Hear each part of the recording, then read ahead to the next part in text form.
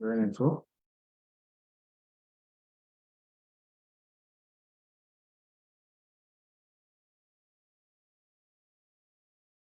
I think we can start now. Tunan na ga mutane da an yi joinin ko doctor? Yeah, it's exactly time, so you can start. Alhamdulillah. So, assalamu alaikum, everyone.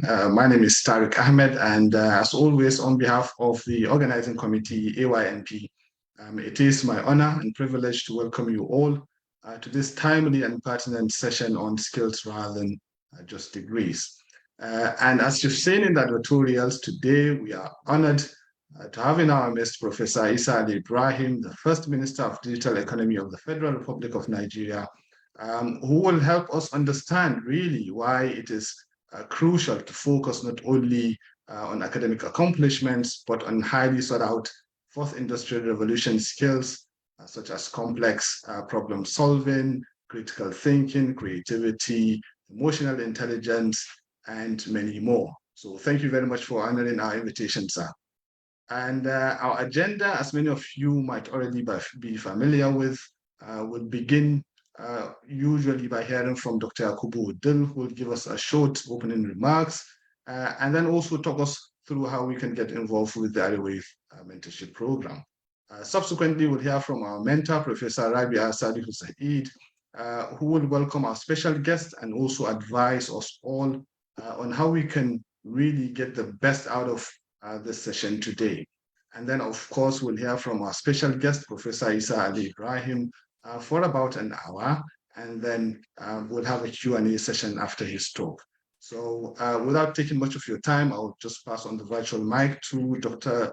Yakubu Uddin for his opening remarks. So Doctor, over to you, please. Okay. Thank you very much, Dr. Tariq. Let me start by thanking Almighty Allah for making this session possible.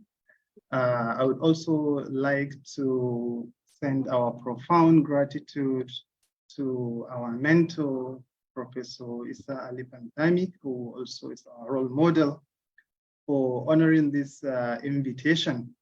Actually, the first time I told Prof about the need to organize this session, and I requested that he gives us a suitable time. His only response was, we should just set the time and let him know of the time that we choose, because to him, there's really no free time. So this really shows how he prioritizes this concept of mentorship and anything that has to do with the development of and progress of our people. So we are really grateful, Prof. And I believe this is just one segment of our interactions and engagement with Professor. There are many other areas in which Professor has a lot of experience, which we will need to tap from, really. So in the future, I hope we will have this similar gesture, and I believe Prof will honor our invitation based on my knowledge of his commitment to the development of our people. So the fact that today I think we have a number of new guests who have not been familiar with what we have been doing. Let me briefly talk about what we do at the Arewa Youth Mentorship Program. So the AYMP actually has been established about 3 years ago by some youth, like colleagues who happens to be from academia, from the industry, entrepreneurs. We just see the need to come together and offer our contribution to our youth. So far, this is our 31st webinar we organized. So roughly, we organized a webinar in a month. This is our 31st session in 3 years. And apart from organizing webinars, generally what we do, we share opportunities to our people regarding jobs and scholarships and entrepreneurial guidance. We do that through our social media platforms, particularly the Telegram page. So I believe many people will want to join after this session. So I will share the handle in the chat box so that people can be able to join. And our past sessions also can be accessed from our YouTube page in case if you have not been able to join before. This session also will be uploaded immediately to the Arewa Mentorship YouTube page, so it can always serve as a reference in the future. So I would also like to acknowledge the effort of the people that have been contributing to the course of this program. Prof, there are many people who have volunteered to serve as mentors. They share opportunities, they contribute in organizing these programs. So I would really like to appreciate them, and particularly our mother, Professor Rabia Said, who also happens to be our mentor from Physics Department of Bayero University, Kano. So she guides us also, and she advises us on how to move this program forward. So without taking much of time, Dr. Tariq, I think we can commence the program. Yes, thank you very much, Doctor. Yes, you did, what you mentioned is quite right. Prof, despite his busy schedules, did give us some time really to talk to us. Just recently, as he's published a book which is the title of our talk today. That book is quite a lot of interesting information. It's quite there, so it's highly recommended. If you haven't grabbed a copy yet, you do so. But before then, probably, I think the best thing for me to do now is to call on Professor to welcome Professor. So we've got, as you've mentioned, Professor Rabia Sadio Said, who's our mentor, to welcome our special guest today. And also, as I've mentioned earlier, to give us a brief of advice of how we can really benefit from today's session. So Professor, thank you very much also for the mentorship. Okay. Hello. Assalamu alaikum wa rahmatullahi ta'ala wa barakatuh. Thank you for the mention, and I want to briefly say that I'm reintroduce myself. I'm Professor Rabia Salim Said of the Physics Department, a Professor of Physics at Bayero University, Kano. So aside from my day job, I'm a mentor of boys and girls, men and women. And one of the greatest passion that I have is advocacy for young men and women to, particularly those from Northern Nigeria, to take their place in leadership positions and in the service to humanity. Therefore, please permit me to welcome our esteemed and revered guest, Professor Isa Ali Ibrahim, popularly known as Sheikh Pantami, where we all revere him and appreciate all that he does for the society, particularly for Islam. It is my privilege and honor to welcome him to this session and to thank him for accepting our invitation. I would like to inform our Prof and Sheikh that AYMP, starting from a humble beginning with the foresight of my students and mentees, and particularly the foremost among them, Dr. Yakubu Sani Mudil, who I'm very mighty proud of for being his lecturer, and also for him having this foresight together with others who have gathered with him. This organization, as it was conceived, has actually grown in leaps and bounds, and it is touching lives. A lot of testimonies we have had. A lot has been set in motion, and we have registered our presence in the virtual space, and therefore also planning to register the presence in the physical space by establishing a physical office with a space for one-on-one mentoring, and a dream of a library, both physical and virtual, and probably virtual, in this case digital, which I know that our Prof is very familiar with, that mentees can consult for resources on skills and degrees, because I believe that we can have both. I would like to inform our dear Sheikh that will soon come soliciting his help to make this dream a reality. Ladies and gentlemen, our participants today, like I always say, keep a notebook, make sure that you put down all that you are going to learn today, because I know you will learn a lot, which will be very useful for you. I therefore present to you our revered Sheikh, our Professor, Isa Ali Ibrahim, and welcome and thank you for being here.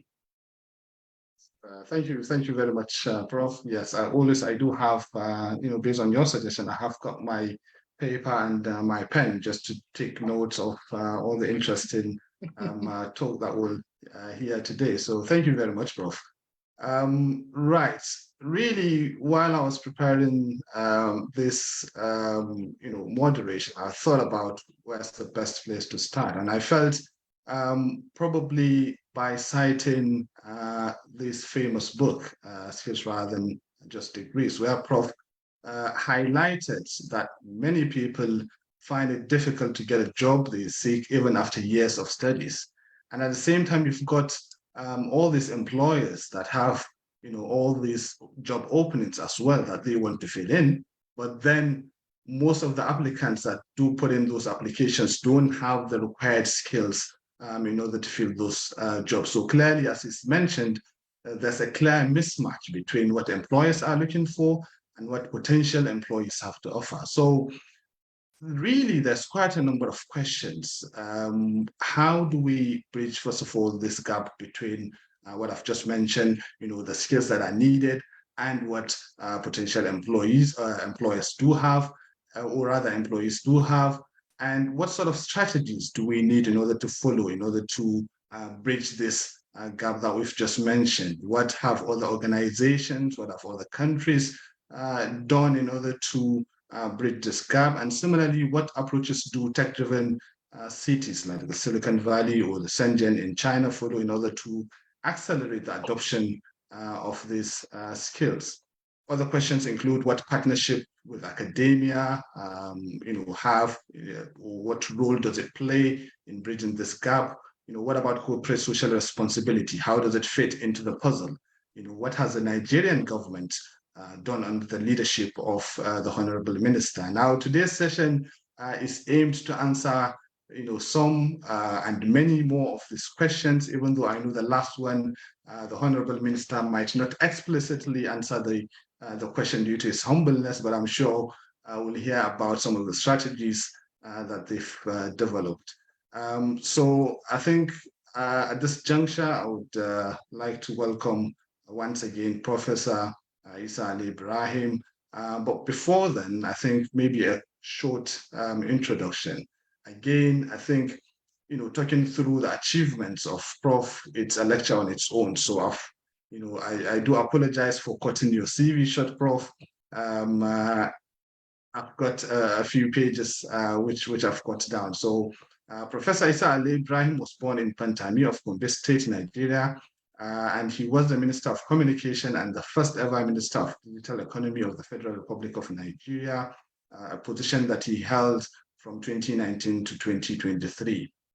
He obtained a 5-year Bachelor of Technology degree in Computer Science from Abubakar Tafawa Balewa University in Bauchi, and then proceeded to acquire 2 master's degrees, an MSc in Computer Science and an MBA in Technology Management from the same institution in quick succession.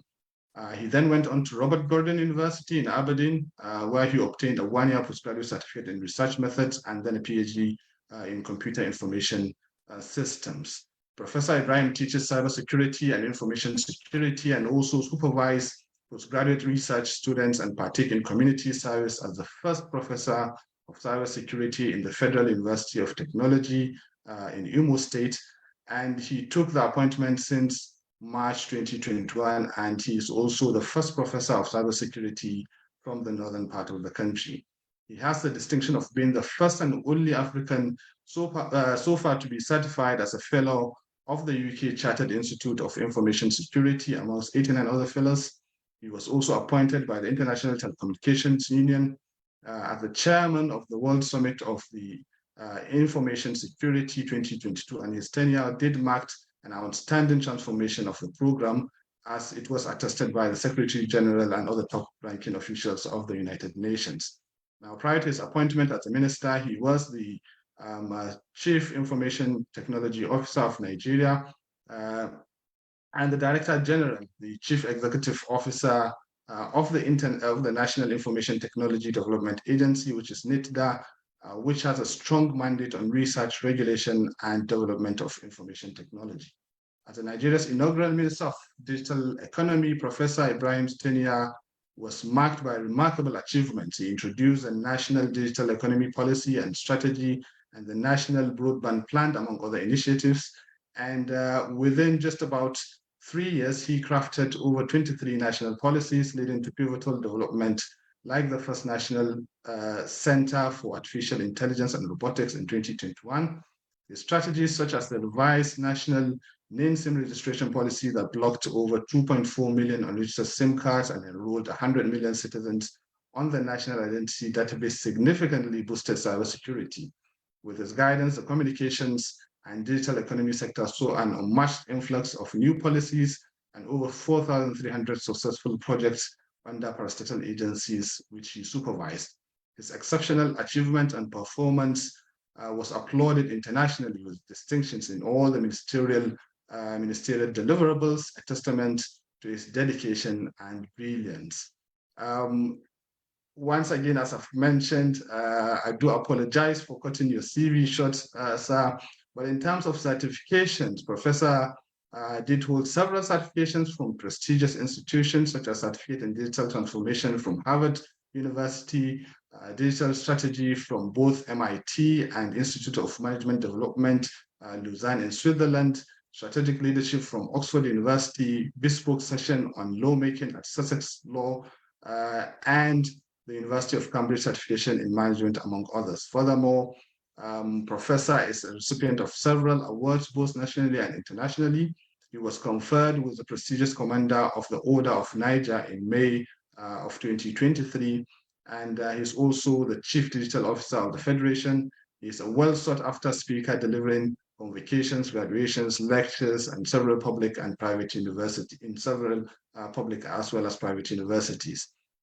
Professor Ibrahim has been the champion of the MIT RAPE program, so the Abuja RAPE program from 2019 to 2021, and he has published several academic articles in professional journals, presented papers in more than 190 conferences, and published several books, among which include the skills rather than just degrees, the edification of society to foster an internet economy, building a digital economy, and many more.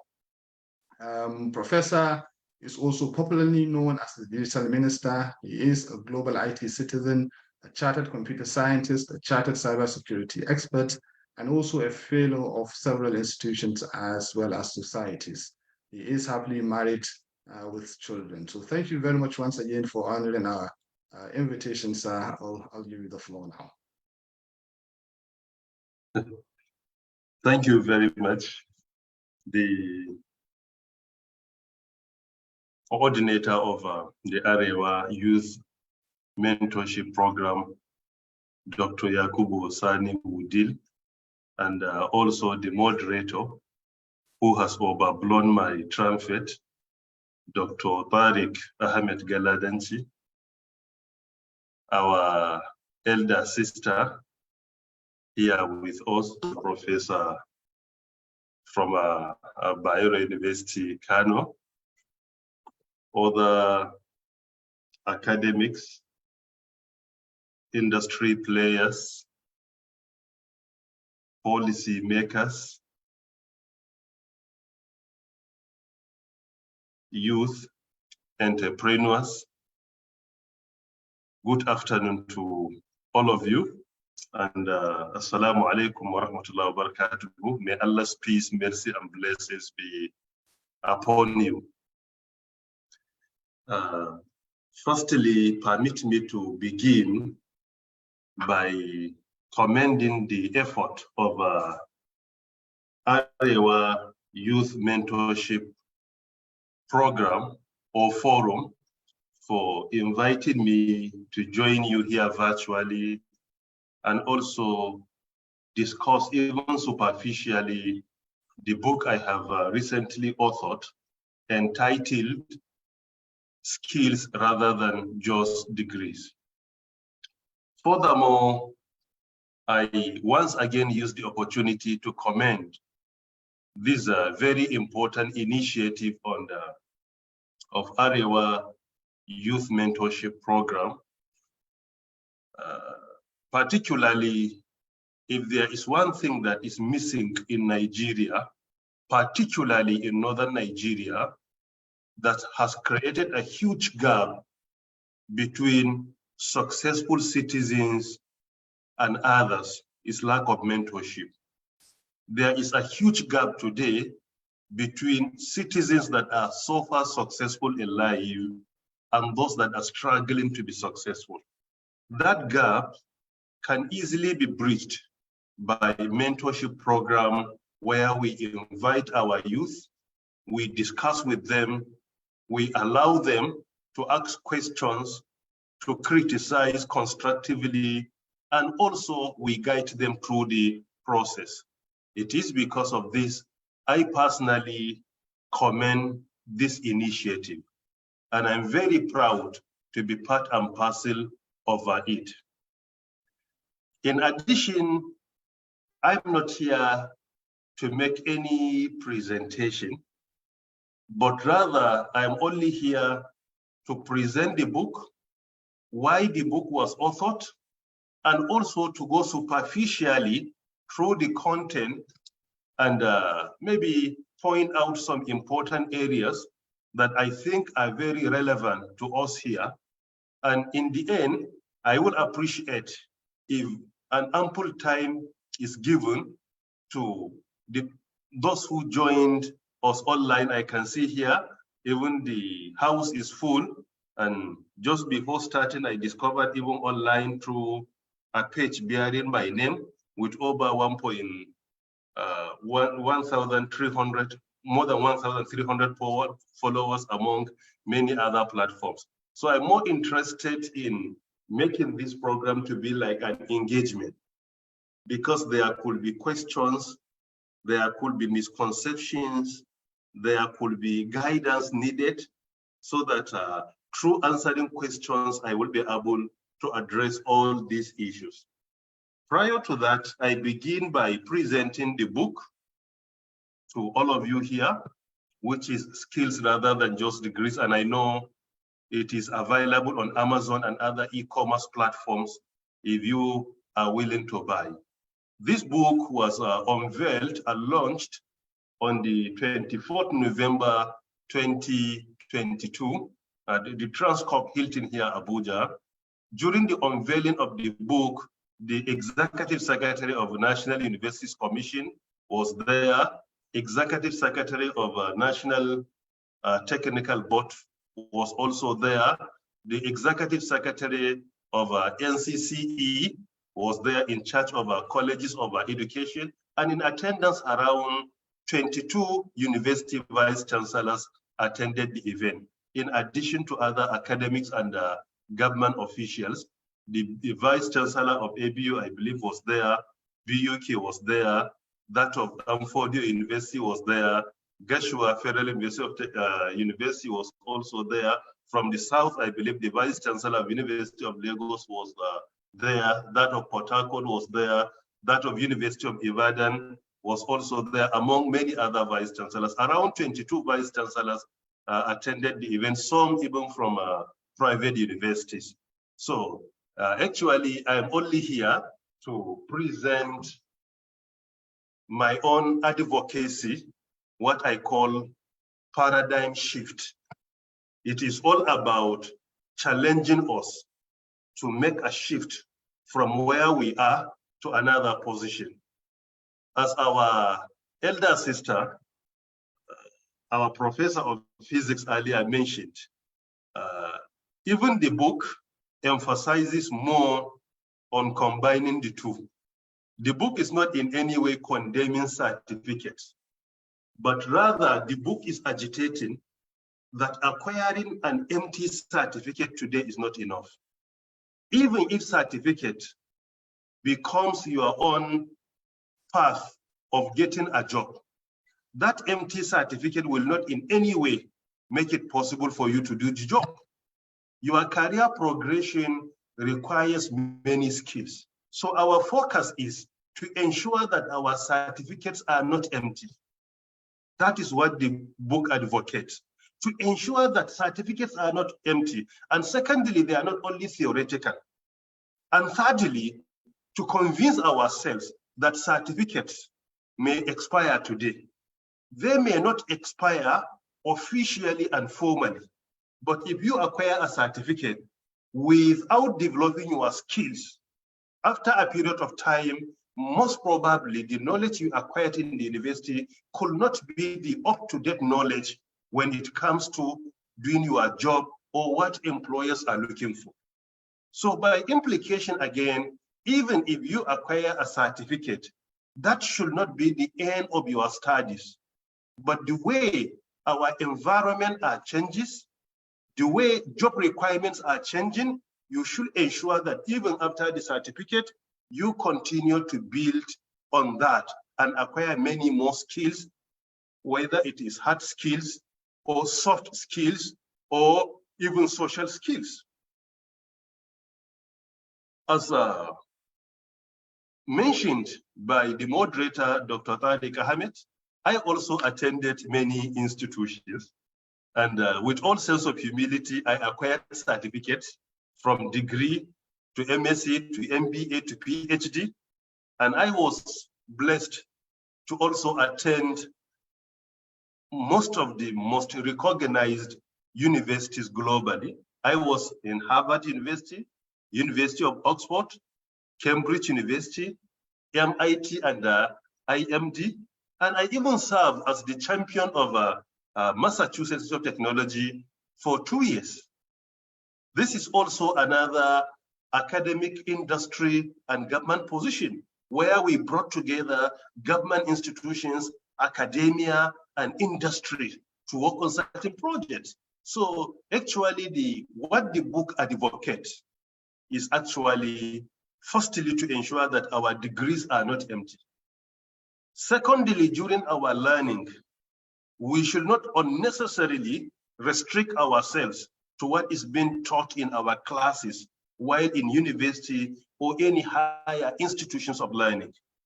Thirdly, after graduation, that should not be the end of acquiring knowledge, but we continue to partake in training and retraining, particularly in obtaining certifications, because obtaining certifications is one of the easiest ways to lead you to more hard skills, soft skills, among others. The book, as I earlier mentioned, was unveiled and launched on the 24th November 2022 with 137 pages. Prior to launching of the book, I shared the draft with so many academics, industry players, and even policy makers, because the book is all about bridging the gap between academia, industry, and also government. So I share the draft. Some of the people that review the draft, firstly in industry, the president of the Microsoft, Brad Smith in the US, and who is also an attorney in the US, read the draft and even wrote the foreword of the book. He's one of the leading players in industry today globally. If you look at the way Bill Gates commends him whenever he speaks about him, you will agree with me that is among the people that are respected globally in the industry. He commended the idea and he sent a personal message to me when he read the book. He said that, I am glad that you have written this book. And he said that I have learned a lot while reading your own draft. He sent a personal message to me. He said that he is highly excited that the book has enriched his knowledge when it comes to the skills that are required in the fourth industrial revolution. Furthermore, in Nigeria, Some academics also review the book, like the Vice Chancellor of Bayero University, Kano, Professor Abbas Adam Rashid. He reviewed the book and also he sent his review, which has also been published as part of the book. He commended the initiative and he also bought the idea.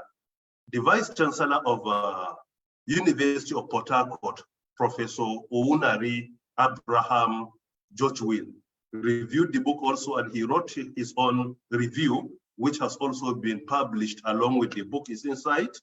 And thirdly, the Vice Chancellor of my alma mater, Abubakar Tafawa Balewa University, Professor Abdul Aziz, also reviewed the book, and he sent his review, and that has also been published along with the book. Furthermore, when it comes to formulating even the title of the book, Skills Rather Than Just Degrees, all of them reviewed it and they endorsed the topic. It is in alignment with the content. And the title of the topic also, I personally shared with other academics, like our brother, Professor Salis Shehu, the Vice Chancellor of Istiqama University.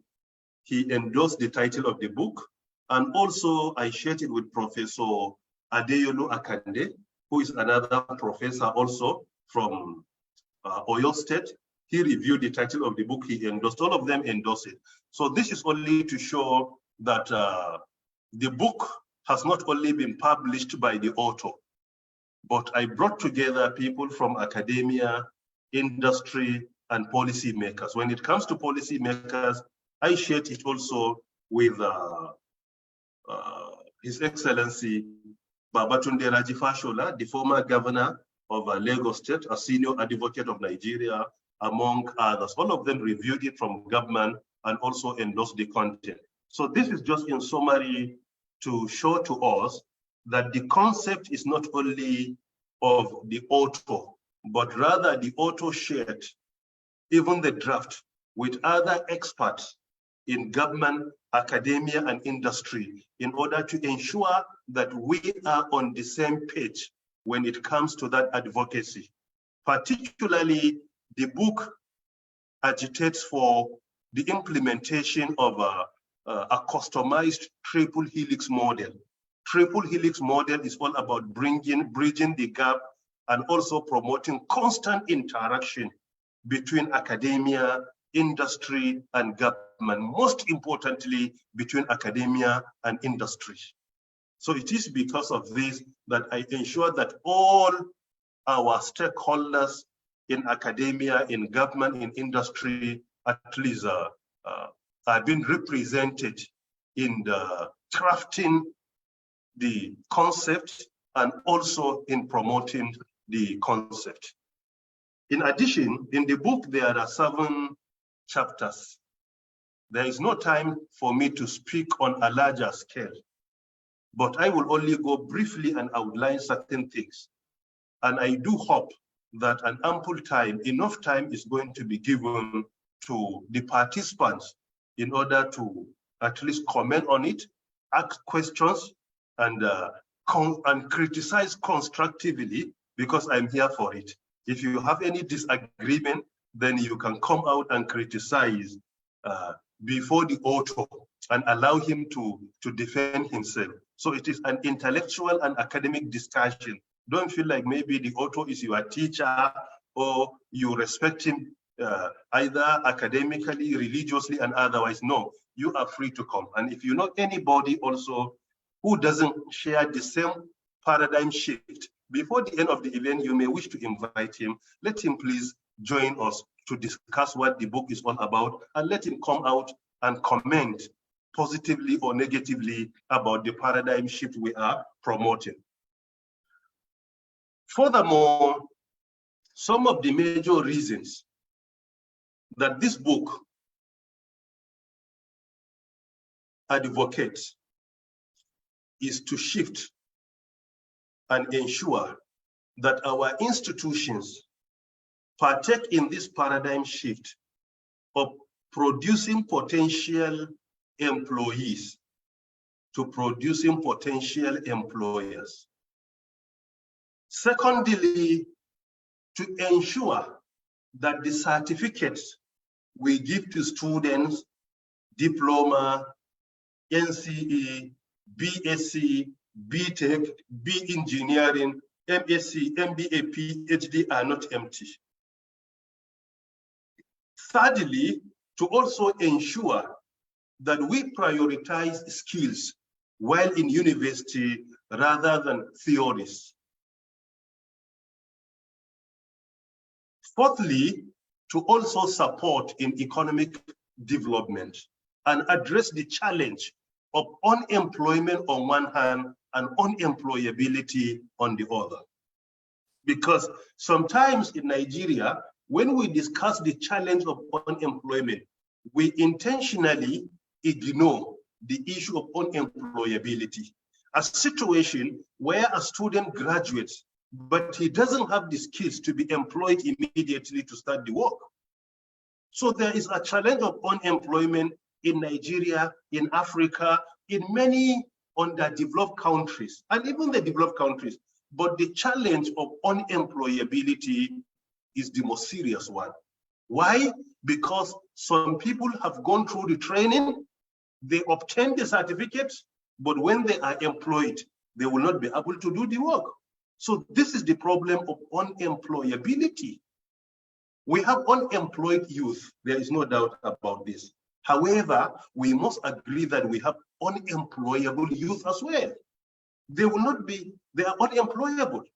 You cannot address the challenge of unemployability without addressing the challenge that exists between academia and industry, and secondly, without making sure that graduates do acquire the skills that are required, particularly in the fourth industrial revolution.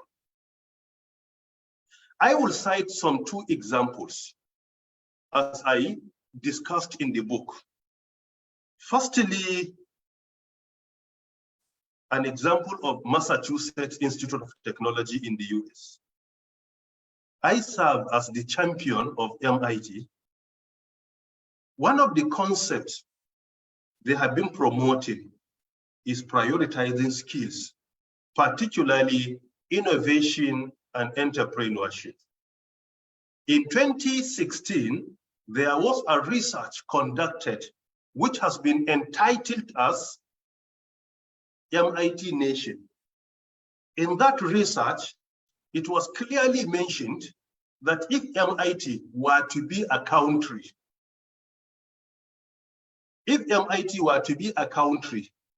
as at in 2016, MIT could be the 10th largest economy globally, ahead of India. India with a population of 1.3 billion people then. Today, India is the #1 in terms of population globally, ahead of China. So the collective gross domestic product of MIT graduates, the serial entrepreneurs of MIT, at that time was around 2 trillion USD. More than 5 times the GDP of Nigeria as a country then, with 200 million people. Why? Because of the concept of providing skills to their students. So the book is not in any way discouraging you from obtaining certificates, but rather we are agitating and advocating for adopting a model like that of MIT in the US, where our graduates, our students are going to be provided with skills since from their first year to their graduation, so that when they graduate, they will not have the problem of unemployability. Another example, and my participation and being the champion of MIT to promote skills development, that is what motivated me in 2020 to come up with the concept of having Nigeria Startup Act. Today we have Nigeria Startup Act 2022, which was signed by the then President Muhammad Buhari on the 19th of October 2022.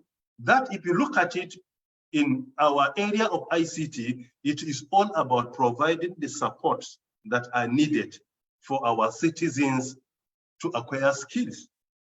And this is the same concept that has been used in places like Silicon Valley. After the draft, MIT sent a letter to me. We had an engagement with the university where they indicated their willingness to learn from our initiative in Nigeria.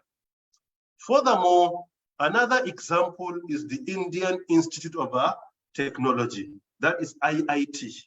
There are many campuses of IIT in India, whether in Delhi, in Shenzhen, and Mumbai. So they had many campuses. The university was established in 1950. The concept of the university is to provide skills for their citizens. And if you look at even the percentage of accepting students, is mind-boggling. The percentage of getting admitted into the university is around 2%, even more difficult than that of Harvard University.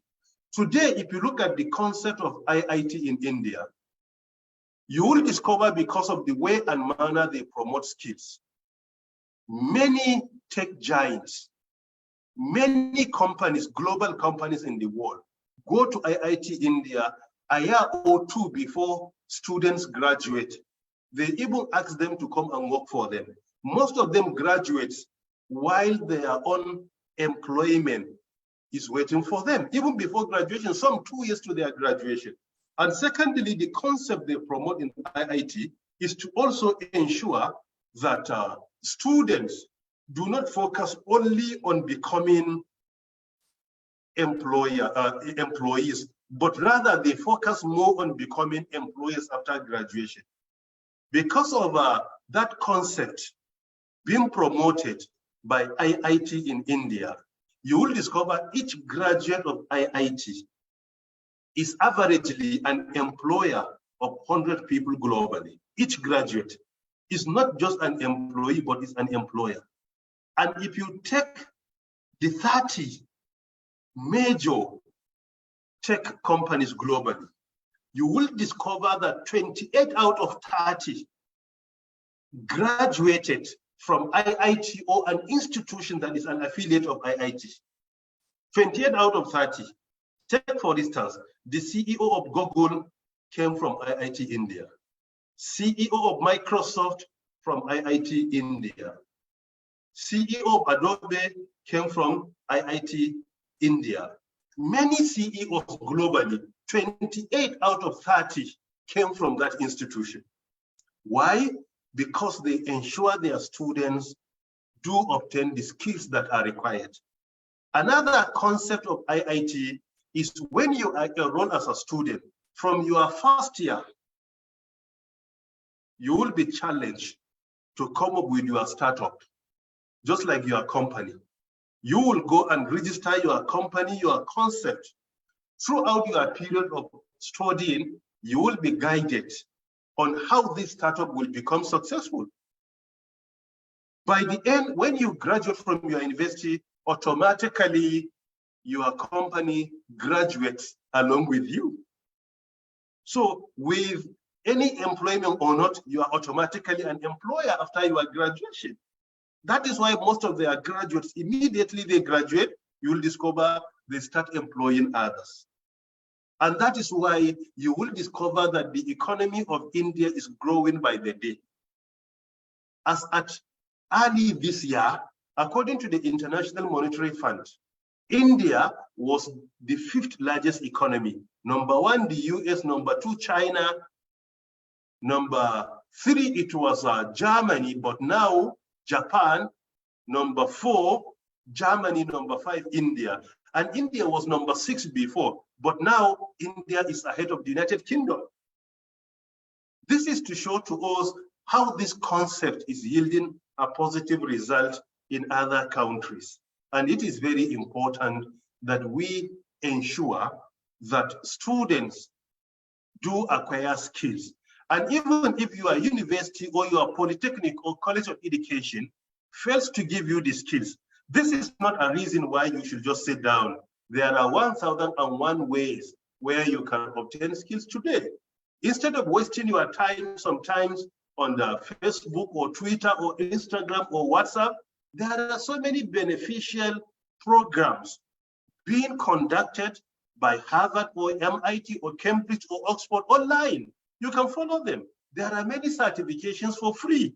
You can follow them. It is not necessary that whatever is required, your institution must provide, but you have to ensure that you build your skills. And this is indeed very important. Furthermore,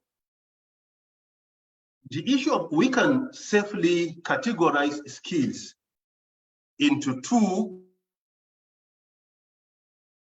or into 3. Firstly, hard skills. Hard skills are usually being taught in our schools. However, we usually prioritize the theoretical aspect over and above the technical aspect of it. Hard skills are also called technical skills, meaning the technical skills or the technical knowledge you acquire,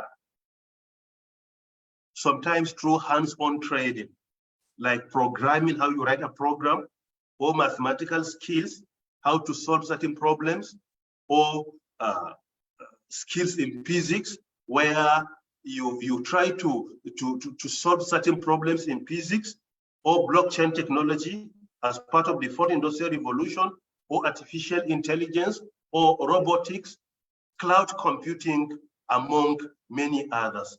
They are called hard skills. So usually our syllabus focuses more on hard skills, and even the hard skills, mostly they are theoretical. Even if your institutions has not provided the hard skills that are required, except the theoretical aspect significantly, you have to create time out of no time to ensure that you acquire these technical skills, particularly in your area of study, whether you are in computer science or physics, or you are in electrical engineering or any engineering, whether you are in social sciences, in economics, accounting, or any field, you will discover that there could be certain skills that require you to learn hands-on, whether it is an application or a system or problem solving, among others. As a student or as a young person, your institution may not be able to provide whatever is required, but I strongly advise you, even if that is not provided by your institution, you have to come up with your plan to ensure that when you graduate, you will be able to defend the certificate you have obtained.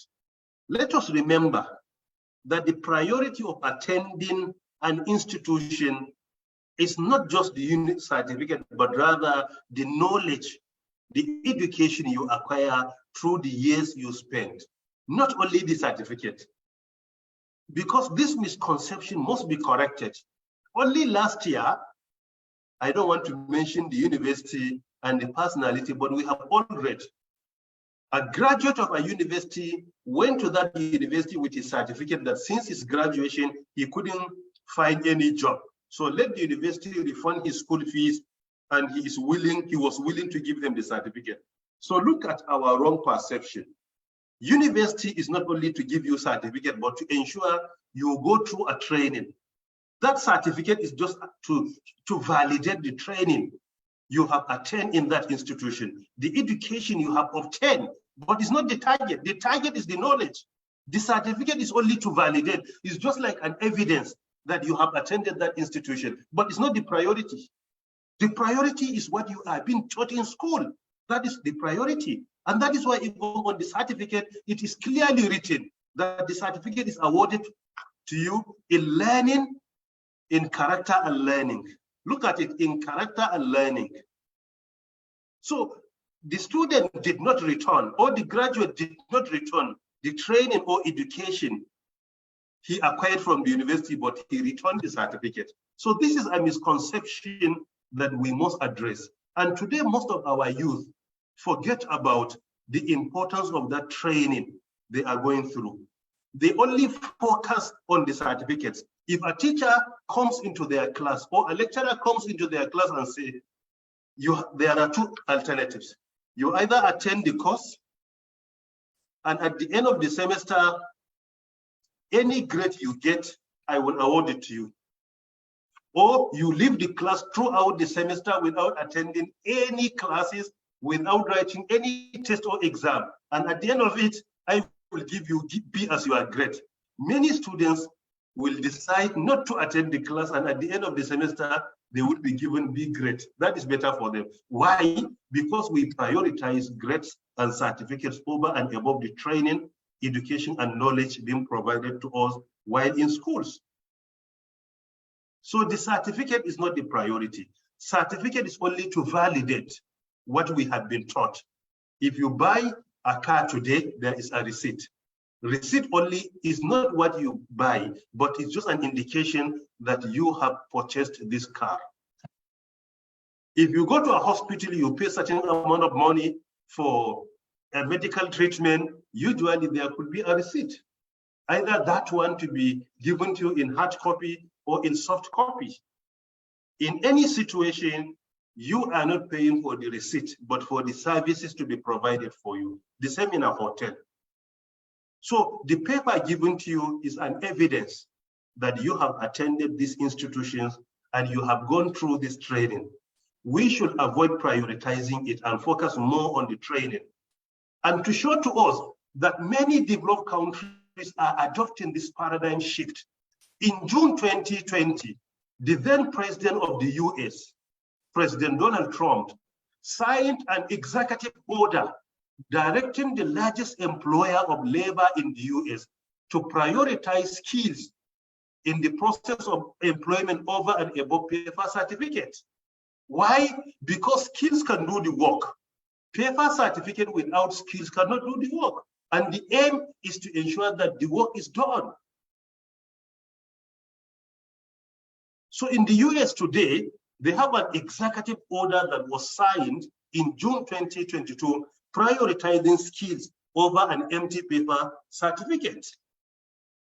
And this has been adopted in many tech giants globally. There are many tech companies that if you go, they will not ask you for any university you have attended or any polytechnic. They are after your skills. What can you do? If it is hard skills, what did you develop? Secondly, we have soft skills. Soft skills are largely missing in our curriculum. They are largely. However, the recent effort of Professor Abubakar Adamu Rashid, before his resignation, it was commendable because it was an effort to bring social skills, soft skills into our curriculum. When they developed it, he shared it with me officially for me to review and advise them. And I look into the new curriculum. I worked on it for almost 40 days and I submitted all my observations in writing and the amendments to be included. And he accommodated all of them and he appreciated our humble effort. Prior to that, soft skills, you will discover are completely missing in our curriculum. Soft skills, there are many of them, but the World Economic Forum, WEF, conducted a research in 2015 and also repeated this same research in 2020. That of 2020 is the most recent. The research they conduct usually after five years or thereabout is to look at the job opportunities in the world, the skill priority in the world that you must obtain before you compete globally. They recommended many skills, but I want to emphasize more on the skills that have been consistent since 2015 to date. They are very relevant. If you want to apply for any job, if you want to solve any problem, if you want to be successful in life today as an entrepreneur or as an employee or as an employer or as an entrepreneur, you must acquire these skills. Otherwise, sooner or later, your initiative will expire. I will mention superficially at least 7 to 8 of them that have been consistent. Number one is critical thinking. Critical thinking is important. that we must allow our students, our youth, to be creating time every day to partake in critical thinking. Critical thinking has around 5 steps. For example, there is observation, analyzing, inference, and complex problem solving. These are the stages of critical thinking. Critical thinking brought about most of the global solutions we are enjoying today. Critical thinking brought about Uber. Just to sit down and think critically, identify a problem and come up with a solution. Critical thinking brought about Facebook or Metaverse or Meta. Critical thinking brought about artificial intelligence solutions we are using today, ChatGPT, OGP, among others, through critical thinking. So today, if critical thinking is adopted in our institutions, or we adopt them at personal level, an undergraduate problem, an undergraduate thesis or project in a university should not be just for a prerequisite for graduation. It should solve a minimum of one problem being encountered by at least 1 million people globally. One problem. So solutions through critical thinking, our undergraduate projects are going to address the challenges we are being confronted with today, either economic challenges, security challenges, among others. Without critical thinking, we cannot go anywhere. The way our youth spend time dancing on Instagram or TikTok, how do you anticipate these people to partake in critical thinking? Take, for instance, Gmail. The entire Gmail of Google came about because of critical thinking. Google has a policy, what they call 20% policy. Within their working hours every day, staff and employees are given 20 minutes, 20% of their office hours to isolate themselves and partake in critical thinking. That is what happened. One of their staff identified a challenge of internal communication. He came up with Gmail account. That Gmail account was internally adopted by Google, and at the end of it, it becomes a global account. Today, it is one of the best global accounts you can have when it comes to your electronic mails. It's through critical thinking, 20% policy. You have 20% of your time to partake in critical thinking. It is important that in our institutions, we encourage our youth to partake in critical thinking, identify some problems, come up with their solutions. Their time should not be restricted only to garbage in, garbage out. It shouldn't be like that.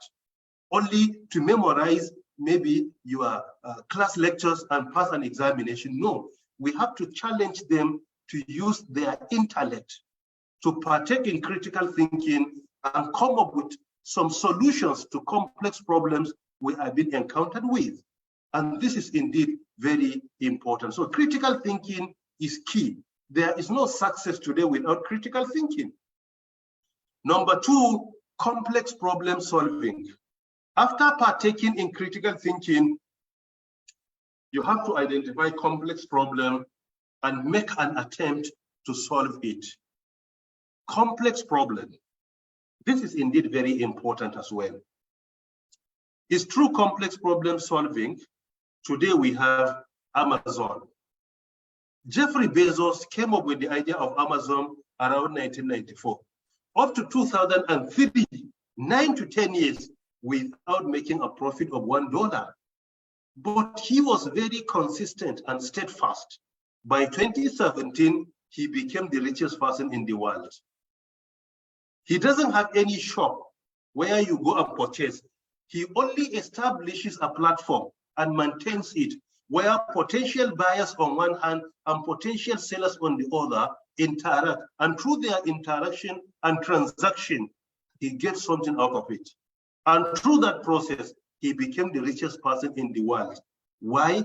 Because of critical thinking and complex problem solving. And this is why mentorship is important. Number 3, creativity. You can say creativity, or you can say creative thinking, or you can say thinking out of the box. Thinking out of the box, people are solving this problem through following this route day in, day out. You have to challenge yourself and find another solution to the problem that could save cost, time, and more efficiency and effectiveness.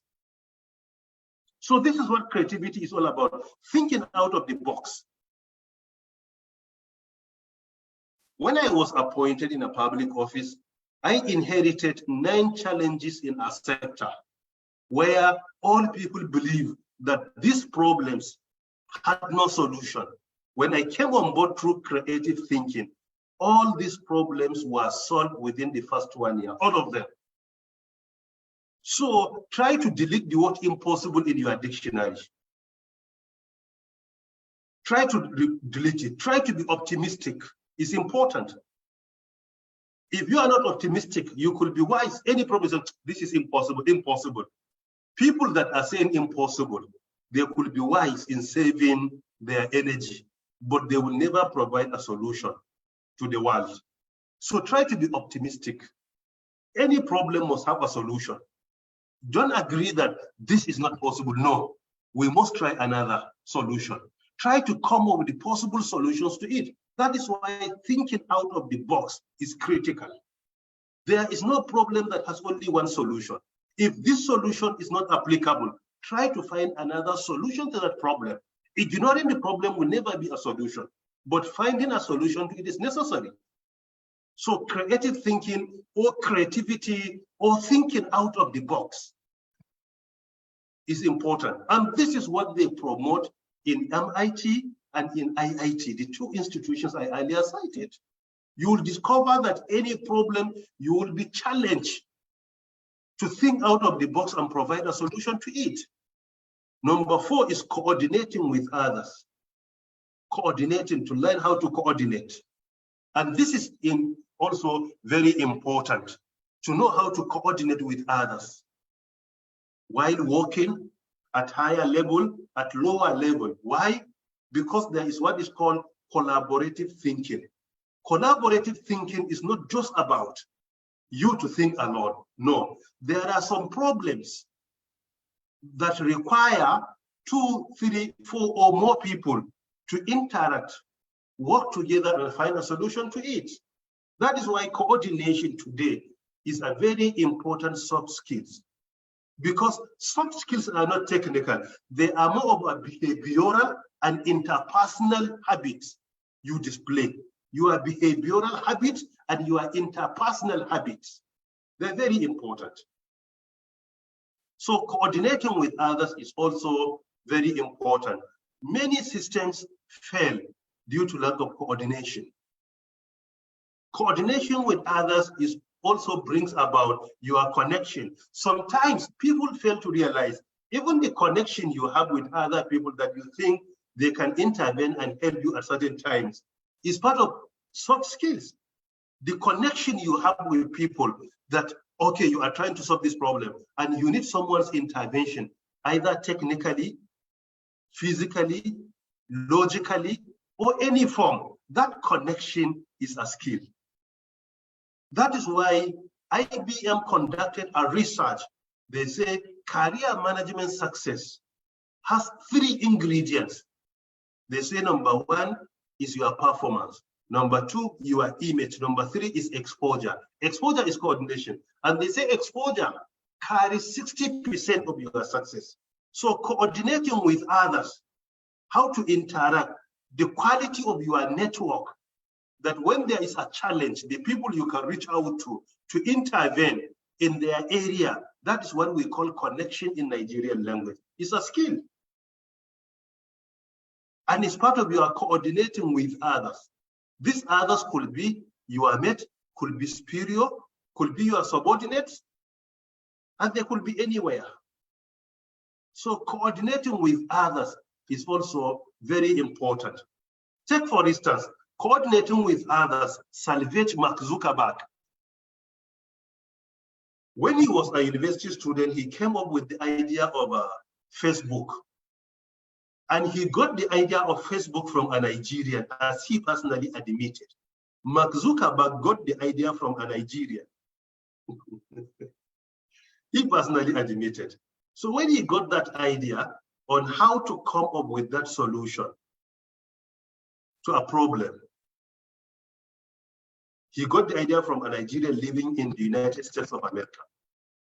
He was challenged, he was requested to sell his own startup. At that time, around 100 million USD, which is a huge amount of money today, particularly in our local currency, 100 million USD. So he was tempted, but he reached out to Steve Jobs, one of his mentors. He said, I was confronted with this amount of money as a student. I need the money. Please advise me whether at least to sell or not. Then he said, I will not advise you, but I will give you 3 words. He said, travel, disconnect, and reflect. So he traveled to Asia around India. He disconnected from people and he reflected. He decided not to sell. After a few years, he became the 4th richest person in the world. So this is mentorship, and this is also coordinating with others. When you are confronted with a problem, other people are there to help you, to guide you. They were there before you. They solved the problem.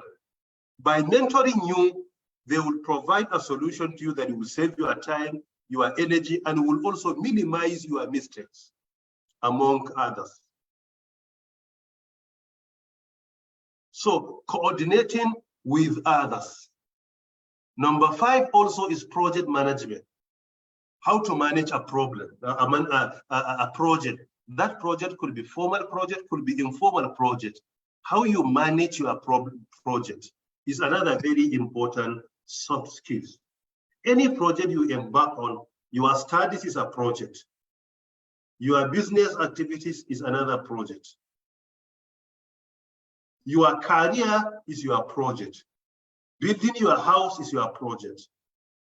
Getting married is another important project. So there are formal projects and there are informal projects. So the way you manage your project is an important soft skill that is very important towards you being successful in life. Number 6 also, judgment and decision making. Making a decision, taking a decision is a very important soft skills. Your judgment and the way you take a decision. And that is why emotional intelligence is also important, because if care is not taken, and if you do not have an excellent emotional intelligence mechanism, you will be misled in your judgment or in your decision making. So that is why your own IA is very important. Your emotional intelligence, your EQ is very important. So these are some of the soft skills that are important. I only mentioned them superficially. If you go through the book, you will find many explanations, and you will find also more and more elaboration on that. As a student, today, if you look at even the concept being promoted in developed countries like Switzerland, they have one of the best system of education. Finland, they have one of the best system of education among others. You will discover that they promote this concept of hard skills and soft skills. That is what they call dual education. Today, at primary level, in developed countries, children are being taught soft skills, critical thinking, complex problem solving, thinking out of the box, project management, judgment and decision making, among others. They are being taught. So it is because of this that we advocate that our youth today in Nigeria, in Africa, in other developing countries there is need for us to ensure a maximum utilization of our intellect. Not only to become consumers, we only get lecture notes, garbage in, garbage out during examination. At the end of it, you get A or B. That is not sufficient. You are to be a problem solver. You are to be a job employer, not only a job employee.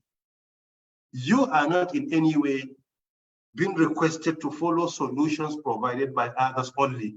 Sometimes you follow a solution that has been provided by others on one hand. On the other, you try to provide solutions that others will emulate or adopt from you. These things are very important. Number 3, which is somehow part of soft skills. However, in the book I have mentioned with another title, that is social skills.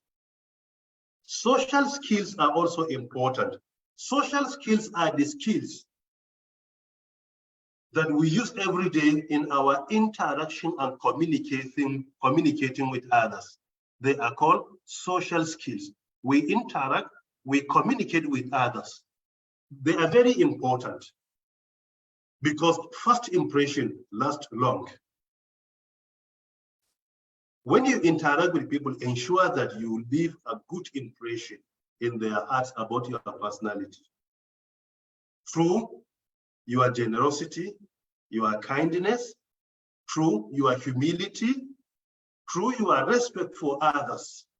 You treat them as human beings, not because of the position they occupy, but naturally as a human being, you must respect other human beings. So part of social skills, make it your habit. You smile to people. You have nothing to lose. I come across you, I smile, I greet you. Hello, assalamu alaikum. Can I help you? There is nothing to lose. It gives you more peace of mind at personal level. Secondly, you should learn how to use certain words like thank you. Anyone that is kind to you, he helps you, thank you.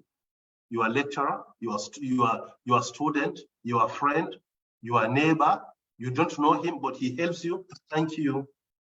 Using the word please. Can I help you, please? Please is very important. Sometimes using some signs of respect, using sir, ma, yalla boy, rankerede, Allah shigafarta malam. These are part of what they call social skills. Today, our youth, because of lack of mentorship, particularly in northern Nigeria, even social skills are missing. A graduate will be employed. He doesn't even know how to respect others. He doesn't even know how to appreciate. Part of social skills, holding doors or holding door for others. When you enter into a place, somebody is behind you, hold the door for him. It's part of social skills. Just a bit behind you, hold it for him. Part of social skills, we give more and we anticipate less. Whenever you are kind to someone, don't be kind in anticipation of him to be kind to you in the same way and manner. We are kind to others because kindness is good. Whether they are kind to us or not is part of social skills. Learn to forgive and forget is part of social skills. You listen more and say less is part of social skills. You listen more and you talk less. Part of social skills, you listen with the intention of learning, not the intention of finding faults to criticize. You always listen with the intention of your willingness to learn from others. There is no monopoly of wisdom and knowledge. You have to indicate that you are willing to learn from others. They are all part of our social skills. So today, when it comes to employment, it is not just about the certificate I obtain or the class of degree I have. These skills are very important. Certificate could give you an opportunity of employment, but definitely an empty certificate cannot take you to greater heights. You need skills to develop. You need skills for your career progression. And these skills are changing, particularly for those of us who graduated over 2 decades. Today, for example, you cannot anticipate that the skills you obtain then are relevant today. They are not. Not all of them are relevant. Some could be relevant. Even hard skills, not to talk of soft skills, even hard skills, some of them are not relevant today. At that time in university, you were being taught basic programming language only, Fortran, only Pascal, sometimes MATLAB, COBOL, and others. Today, even the software engineering is being consumed by artificial intelligence itself. It is being consumed today. So because of this, if you want to be successful in your career, you have to build the skills of making sure that your learning is constant. You are trying to update yourself with the challenges, with the skills that are required globally. And this thing is very important. Let us not undermine skills. They are being required today. If you apply for jobs, even internationally, it's not just about the certificate. Many institutions today do not even ask you your class of degree, even though it is important to you in some places, there is no doubt. And if you say your priority is only the certificate, not the training being provided by your institutions, are you aware that there are countries today that you cannot graduate with first class from Nigeria and get an employment directly? They can consider you as a student for your MSc or for your PhD, but with that terminal degree from Nigeria, particularly outside medicine and few other courses, there are countries that even your certificate will not be accepted. You have to know this. We have certificates. We studied in Nigeria, we studied outside Nigeria, we work in Nigeria, we work outside Nigeria, but definitely based on experience, exposure, and many more. Today, employers are looking for people that will immediately add more value to their team, not employees that are looking for more training while on the job. We have to appreciate this. Some people may argue otherwise. Don't be angry. Why? Because it is only the level of their exposure. Your level of exposure determines how you think. It opens more doors for you. This is very important. So when you talk of whether you need connection, connection is part of the skills. It's a soft skills. And when you say connection, sometimes you only think of government employment. It is not about only government today. The opportunities of employment out there globally, they are even more important, more relevant, more beneficial than local employment you are looking for in your country. Even if it is working with government in other countries, there are places, even if you are looking for the payment, will not be compared to what you have been taught here, for example. So don't be narrow-minded person. No, the opportunities are there. And particularly in northern part of this country, we don't patronize in the global opportunities out there. We are narrow-minded people. We only think of our immediate environment. Sometimes somebody is not even thinking about his career. He is only interested in becoming a PA or SA. That is all what is enough for him. Why can't you think of how you can employ somebody to be your PA or your SA? You employ him to be your PA or your SA. In addition, through this concept of skill development, you will discover that many cities have been developed globally, and through mentorship, like this one being organized by Arewa Youth Mentorship Program. It is the same approach that produced Silicon Valley. Silicon Valley, the name was coined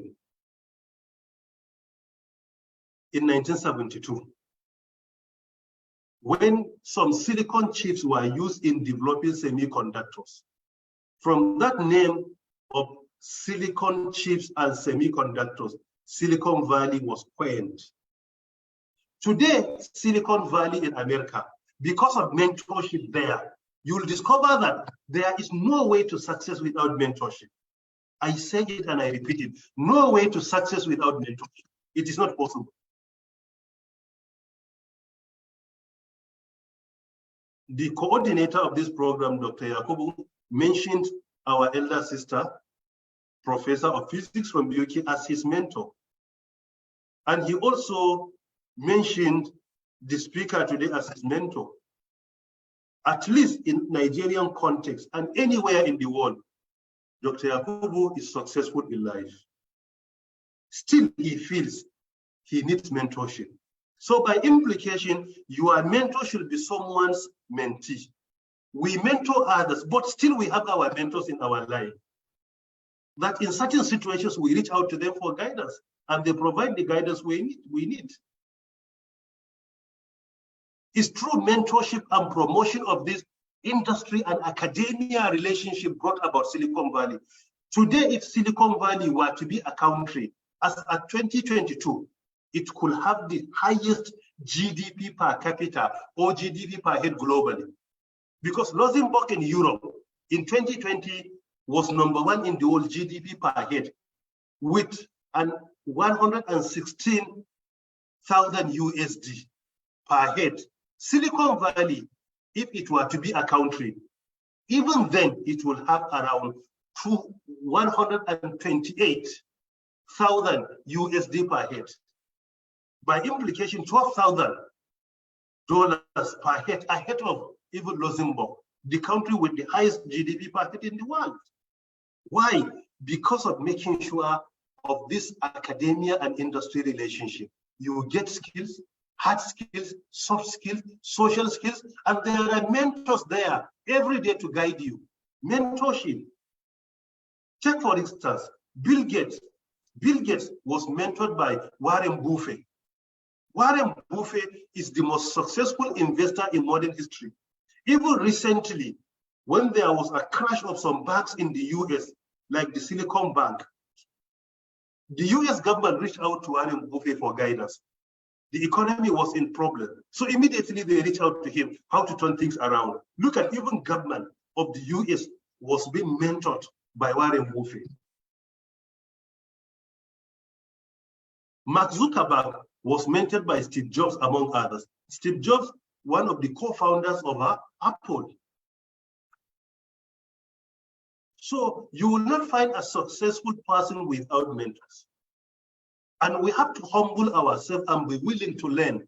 One of the most important lessons they teach in Silicon Valley, which I think is important, is they promote that failure is inevitable before you are successful.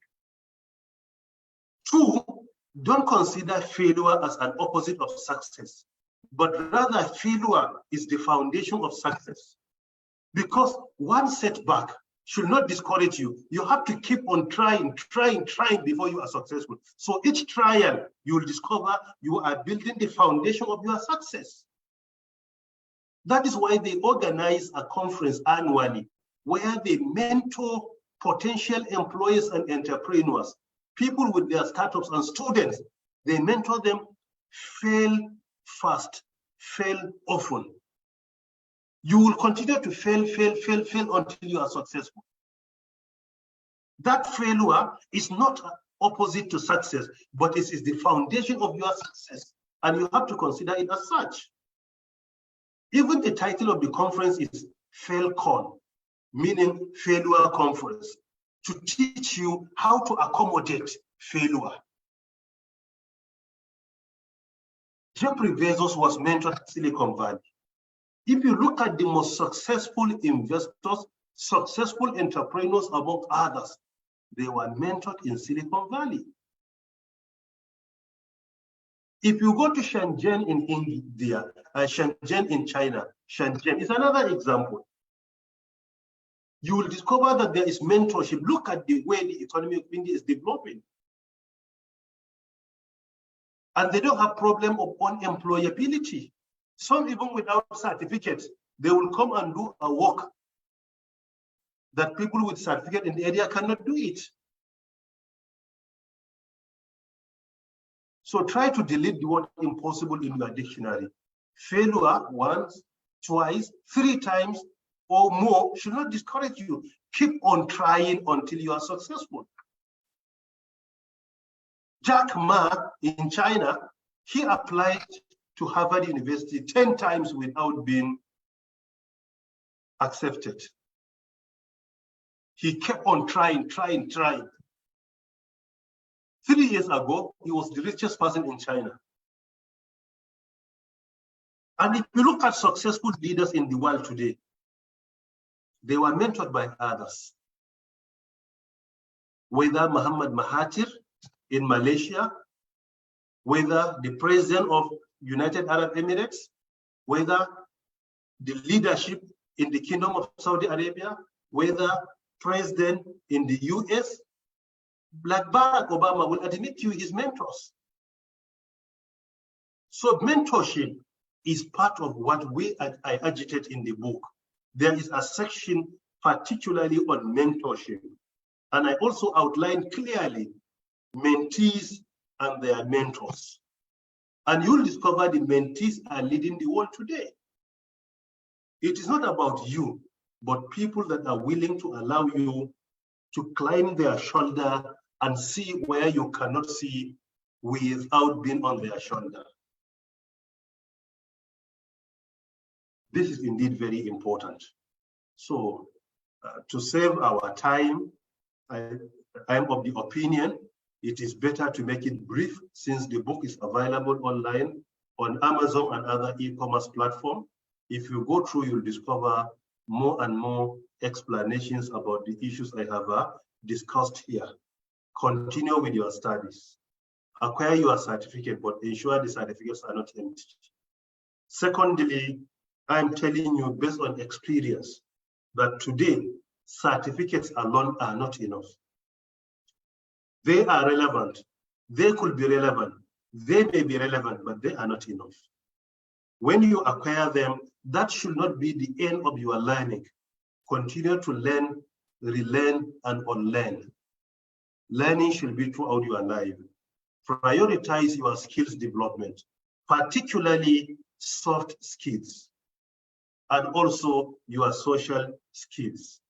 When it comes to hard skills, there are many certifications. Ensure that you acquire them.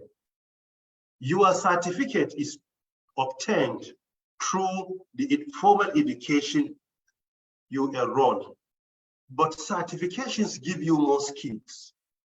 They give you more skills. Both of them could be relevant. Your certificates on one hand and certifications on the other.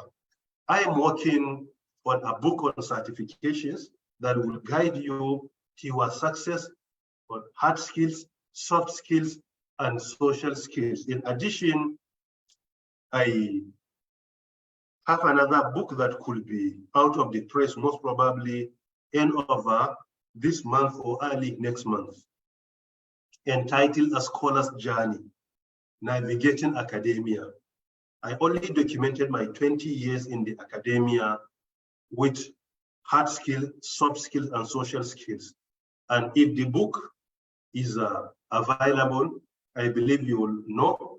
And if you go through, you will discover certain things may be beneficial from what we have gone through in our life before we attain the position where we are today, either academically or policy makers or religiously, among others. I only documented that, it is not my biography, but rather documented some lessons. The book has over 320 pages.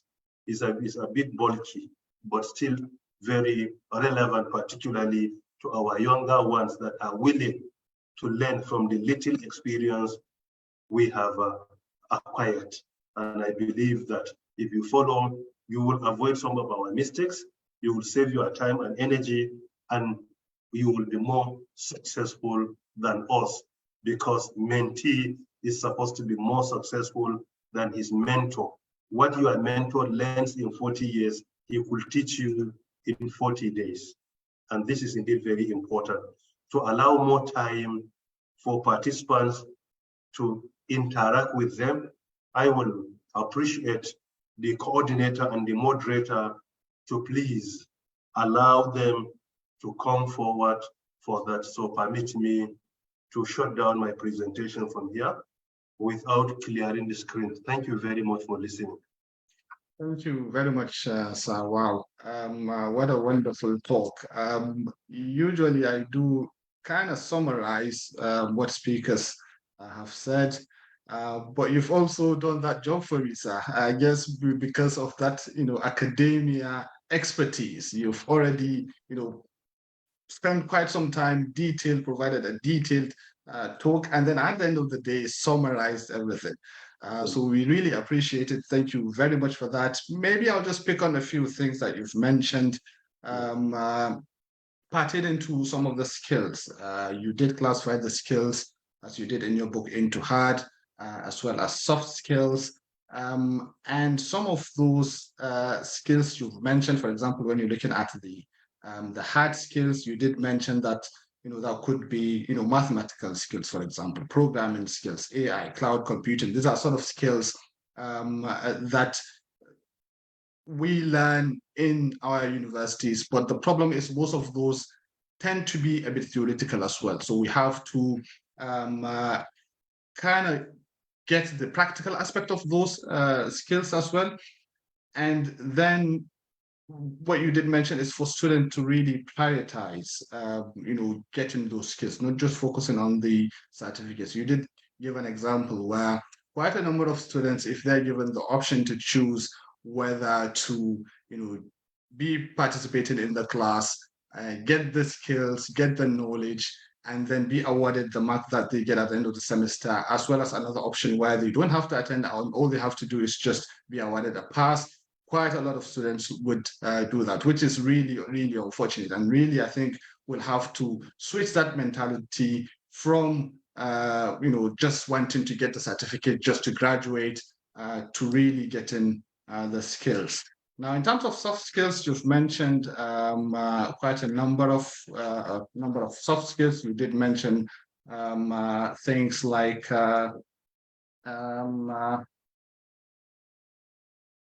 creativity, for example. You said creativity is all about thinking out of the box, right? You don't just agree that there's a single way of solving a particular problem, but rather think outside the box, find ways for which that particular problem could be solved. You talked about complex problem solving. So, and typical example you gave is Amazon, which came about due to this complex problem solving. And the example you also gave was, it took quite some time for Jeff Bezos to start making profit from his company. But then because of that dedication and his ability to, hone this particular skill, he's now one of the richest people in the world. You talked about critical thinking, which was actually the first soft skill that you've mentioned. You said quite a number of companies have came out of that.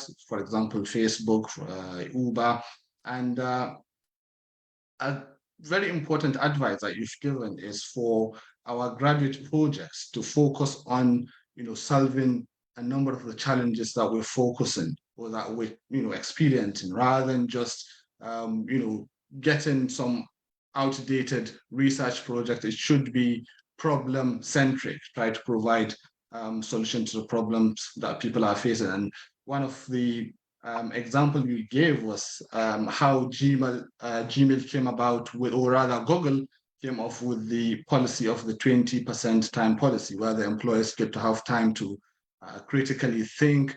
And from that, the Gmail was developed. We talked about coordinating with others as well as collaborative thinking, because as you've mentioned, a number of problems require more than one person to solve. So you need to be able to collaborate with other people in order to solve some of these complex problems. And another important skill you mentioned is the project management skill. Quite a number of time we take this for granted.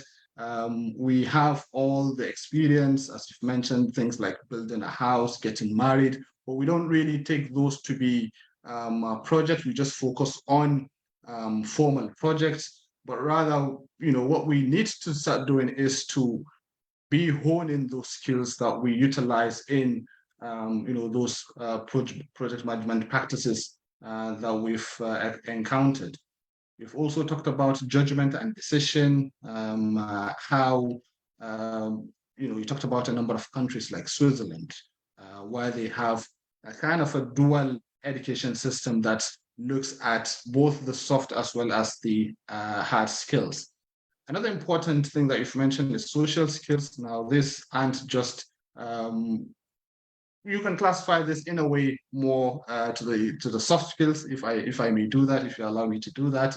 You're looking at how you communicate or how you interact with other people. Very, very minor things that you might take for granted.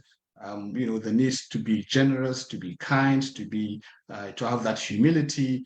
And as you've mentioned, small things like just smiling to someone or holding the door to someone that's behind you, saying things like thank you and please. These are very, very important skills, which I think most of us should really focus on honing. You did mention, you did advise that we shouldn't be narrow-minded, as also highlighted that employers nowadays aren't just looking for employees that would just what they're really after is employees that will add value onto their organizations, not to employees who would, try to get those skills over time, which is really costly for them. So I think, of course, finally, you did spend quite some time talking about mentorship, how important mentorship is. And again, we really appreciate you being here to provide this mentorship session. You talked about mentorship specifically in terms of places like the Silicon Valley, where failure for them is inevitable. They have quite a number of quotes, such as they fail fast, fail often. They've got the failure conferences where people really celebrate failure. And I think this, again, is something that we'd have to, put at the back of our minds, that just because you fail doesn't mean that you can't make it. You just have to, keep failing, and then over time, you'll definitely make it. So thank you very much. I know I haven't done justice to what you've said. We really appreciate it. I'll call on Dr. Yakubu. I'm sure I've missed quite a number of things. We've got the organizing committee as well.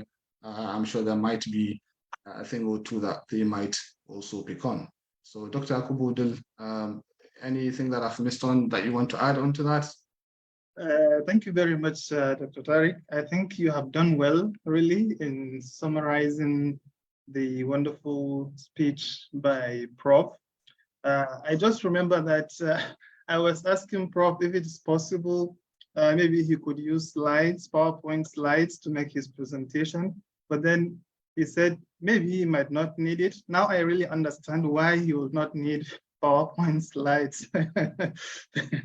Thank you very much, Prof. So I think we can go to the next phase of the presentation, of the session, so that we can allow people to interact with him. Right, okay. So yeah, as Prof did mention, I think it's, yes, of course, it's very good to be interactive, to get, all those questions, all those comments. So I think we'll start with the Q&A session right away. Quite a number of people have read the book. We've had a discussion within the organizing committee, and I think, first of all, I'll call on Dr. Fauzia to ask her question. I know she has a question. Some of us have mentioned probably would be a bit biased, starting with some of the members of the organizing committee. Dr. Fauzia Yakubu, do you want to unmute yourself? Sorry, Dr. Fauzia, do you want to unmute yourself and ask your question, please? Yeah, can you hear me? Yes, we can hear you. I don't have a question. I just have some things to share or some things to add regarding what Prof says. Bro, Barka as well. Thank you for coming. And before I start, and before I start, maybe at the end, I would like you to So I would like to share like some inspiring observation about students here, which I believe we can adopt for your own success. What I notice here, many students have kind of part-time jobs, such as waitressing, sales position, and so on. Like Basarena Aiki. So this job not only provide them with valuable skills, but also help them kind of cover some part of their tuition and other expenses.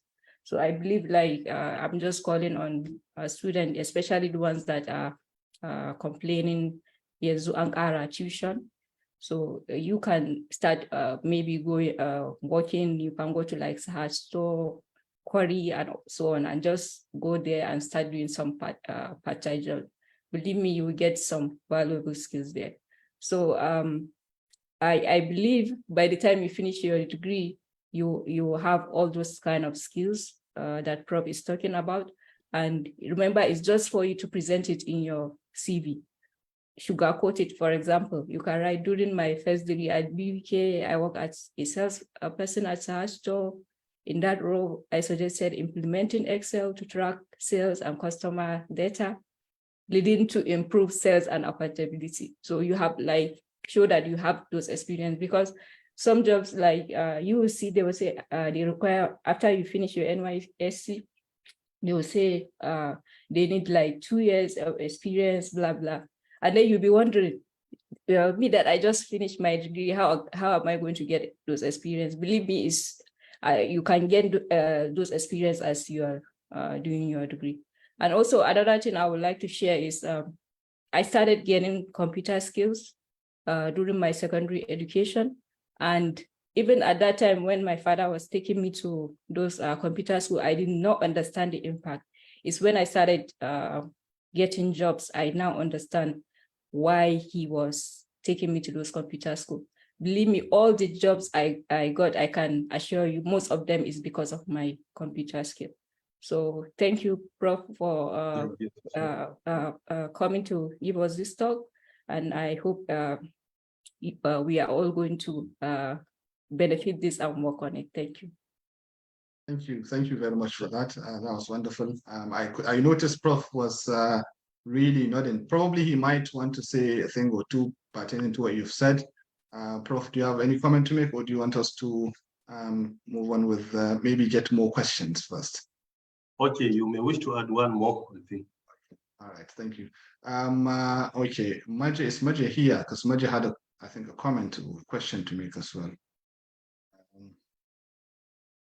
Can we unmute Maji, please, for his question? Yeah, I think I'm already on mute.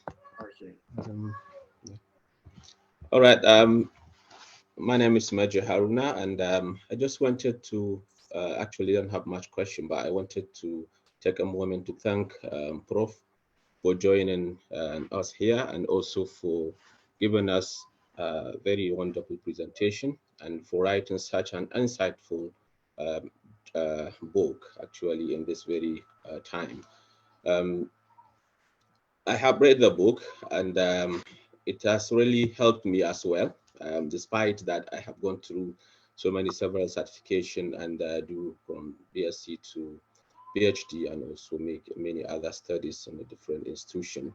But currently, where I work, because I moved from academia to an industry, reading Prof book helped me to make some huge adjustment to myself as well. And I would like to thank Prof for that.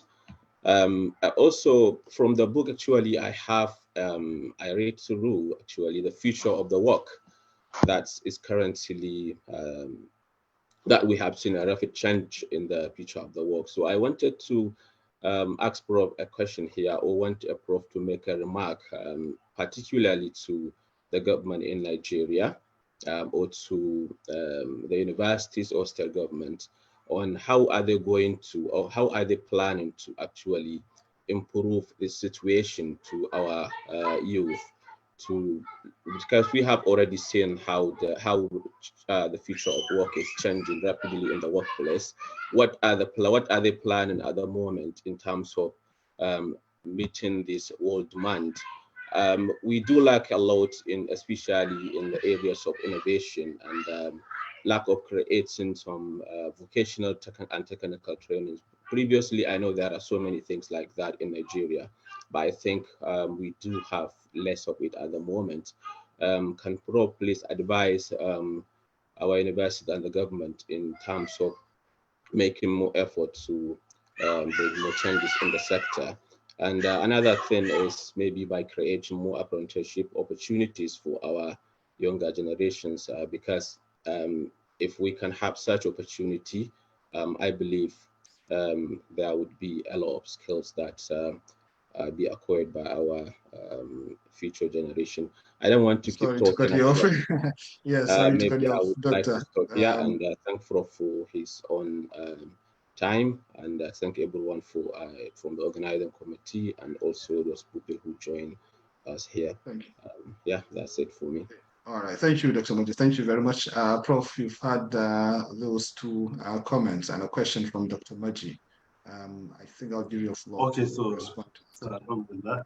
Once again, briefly, I begin by commending Dr. Fauzia Kasai for reminding our youth about certain opportunities available out there, in which I spoke about that in the book also on freelancing, which is very important, that as a young person, you can have multiple employers through freelancing, which is dominating the world today. Many people or institutions are not looking for permanent staff or permanent employees. They are looking for people that can do the work for them, irrespective of their location. So through freelancing, you can work for 10 institutions. And location doesn't matter. You can be any part of the world, but you can work for them. Take, for instance, in Google, more than 30% of their staff in 2020 working for them through freelancing, not full-time jobs. So I think it's important. I am glad what she has achieved even as a student, and also her encouragement and challenge to us to allow our daughters and our wives to study, which I think is very important. Allowing our daughters and our wives to give them all the support they need to be successful in life is very important. And I'm glad to say that I believe the reminder is important, but most probably I'm on track. At the moment, I have 3 daughters in university, 3 biological daughters in university, so which is encouraging. One of them is in final year studying medicine. I have a daughter studying international relations. I have a daughter studying information technology. All of them are in university. So I am proud to be one of the fathers and parents that sponsor and support their daughters. My wife obtained her first degree in my house, from first year to final year in my house, not outside. So we got married at the age of, she was around 16. At that time, 17 years, around 17. At the end of her secondary school, immediately I enrolled her into university. And she obtained her degree, starting with even NCA before degree. So this challenge is important. And I always encourage them to continue to further their education. And furthermore, with regards to some kind words and commendations from Dr. Haruna Majid, and I believe they are also very relevant with regards to what he has mentioned in the book, and also challenge to some of our students. I spoke on future of the work in the book, particularly on page 8 to page 9, up to page 10 and 11. Future of the work changes. And that is why in schools like IIT in India, curriculum is not static, it's flexible. It's flexible. And because of that, solid foundation is key. In the model of Indian Institute of Technology, most experienced academics teach most junior students. The most experienced professor in a faculty will teach 100 level students, because they need a very strong foundation at that level. But today, most of our concepts, you will discover a graduate assistant or assistant lecturer or lecturer 2 is teaching 100 level students, and the gap between them is not very wide. Sometimes the way he was treated before his graduation is the same way he will treat them. Instead of becoming their elder brother, he feels more of an opportunity for him to retaliate. I still teach in university. When I went to Federal University of Technology, Owerri teaching, I said I will not teach MSc students. I only teach 200 level students, because in cybersecurity, 100 level is a general course. Since the time I started working with them, all the courses I taught so far are for the lowest class where they offer cybersecurity courses, which is 200 level. MSc, I say no, because the mentorship I want to provide is more relevant to new students, because at that level, I treat them as my children and they treat me as their father. That is the relationship. However, I supervise PhD students, at least to continue to be up to date when it comes to research, among others. But when it comes to teaching, I am more interested in the most junior class, because this is where they need mentorship and they need a very strong foundation to be successful in life. When it comes to the issue of government, there is no time for me to respond extensively and intensively on how government can provide the enabling environment. But I strongly agree with him that is very relevant. And that is why triple helix model is key. Academia, research and development, and sometimes even coming up with innovative ideas. Industry is all about the deployment, providing corporate social responsibilities, and also providing the hard skills that are required, while government providing the enabling environment for that relationship and constant interaction to be very successful by coming up with policies that are flexible and they are developmental, in addition to providing seed funding, grant, loan, among others. In that Nigeria Startup Act 2020, within the digital economy sector, all these challenges have been addressed, including a provision of providing soft loan, seed funding, among others, with a minimum of 10 to 20 billion naira to be spent by government annually to support our young innovators. We have addressed that aspect in the digital economy sector. Outside the sector, I believe it is difficult for me to speak on behalf of them, but I strongly agree that government needs to do a lot. And that is why in the book, if you look at page 93 and page 94, I emphasize more on funding our institutions, particularly research and development. Research and development. And so government must provide sufficient funding for research and development. However, another challenge to the academics, we should partake in research and development for the sake of research and development, not for the sake of that money to be paid or to be given. Some, they only conduct research in two situations. One, when there is research grant. If there is no money, no research. Secondly, when it is time for promotion. So he will try to acquire the minimum papers required for promotion. When he is promoted, that is the end of it. Many academics, when they become professors, with due apology to our sister, Professor Rabi Said, I know she's not like that, since she produced somebody like Dr. Yakubu. Many, when they become professors, that is the end of their research. He becomes a professor in 2014. It was the last paper he published. No any other research, no book written. It shouldn't be like this. When you reach the peak of your career, it is the actual time for you to give more back to the society. And it is the time that your mistakes are going to be minimized more, and you become more authority in that area. So I believe there are challenges everywhere, and we must try to push and address them. Thank you very much. Thank you very much, sir. Right. Okay. So I think I'll call on Usman Ali Lawan. Usman Ali Lawan, I think you have a comment or a question to make. You can unmute yourself. Sorry, because of my network issues, I won't be putting on the video. I want to thank Prof for his time and also for the detailed explanation and mentorship that we have received the last about 2 hours. Allah isakad al-khairi.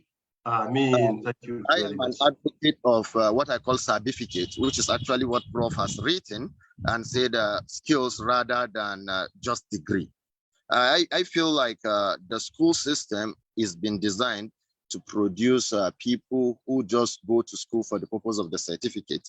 And without skills, the certificate is only a beautiful piece of paper with our names calligraphed on it.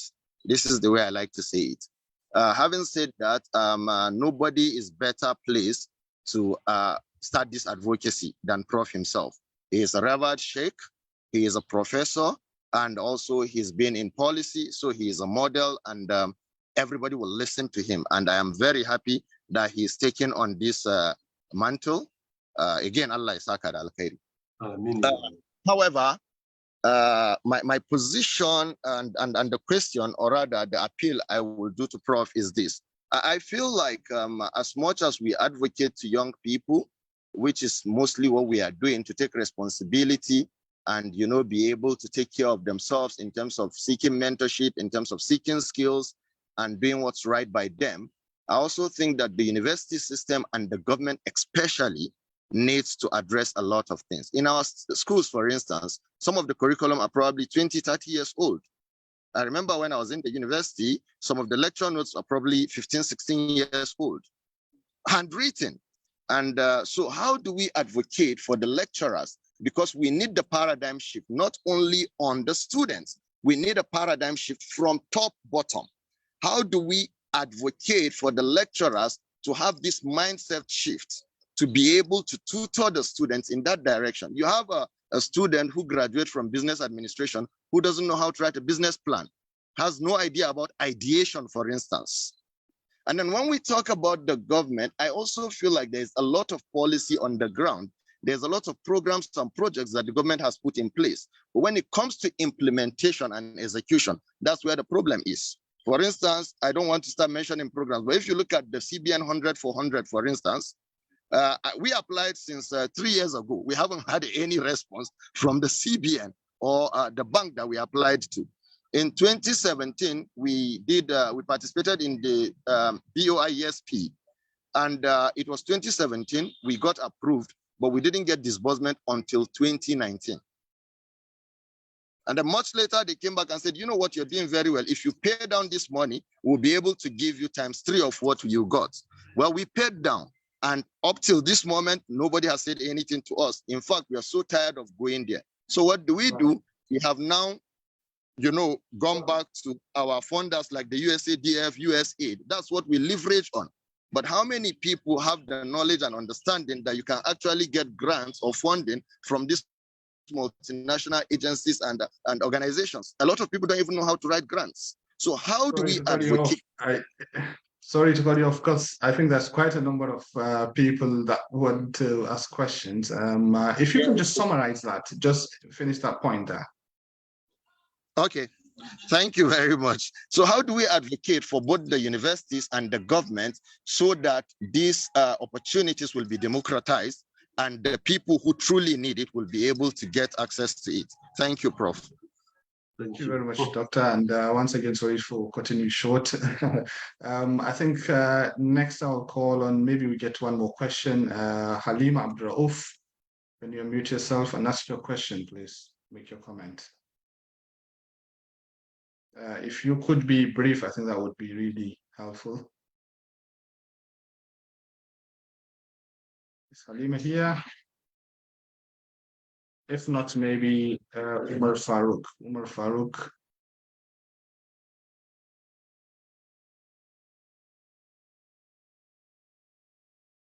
No? Okay. So maybe we'll just... Yes, Salam go ahead. Alaikum salam. Alaikum salam. Thank you, Prof.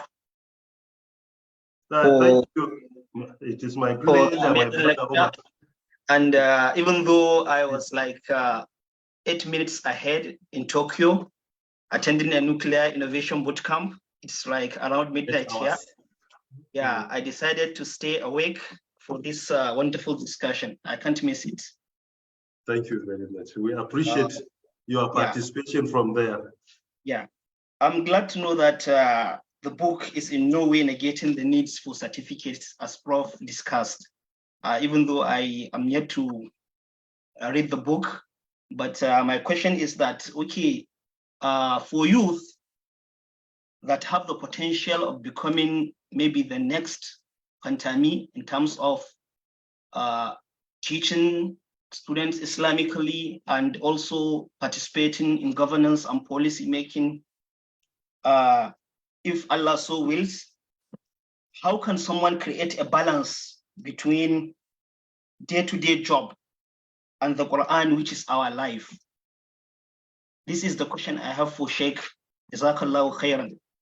Thank you. Thank you. Thank you very much. Maybe we get one more, sir. Dr. Shadi, is Dr. Shadi here? Dr. Shadi, can you unmute yourself and ask the question or make your comment, please?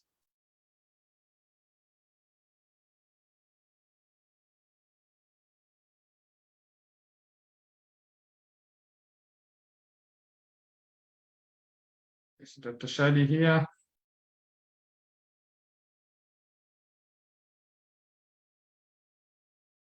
If not, let's look at. Assalamu alaikum wa rahmatullahi wa barakatuh. Alaikum salam. We can hear you, Dr. Shadi. Go ahead, please.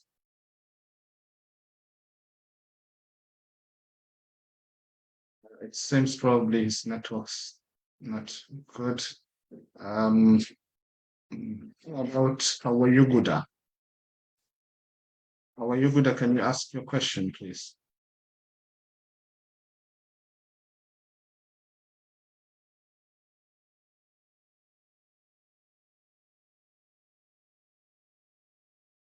Right, it seems Yes. she's not. Yes, go ahead, please. Hawayuguda. Good afternoon. Good afternoon. Hello. Good afternoon. My Hajia question, Habba. well, my question, sir, is regarding the soft skills.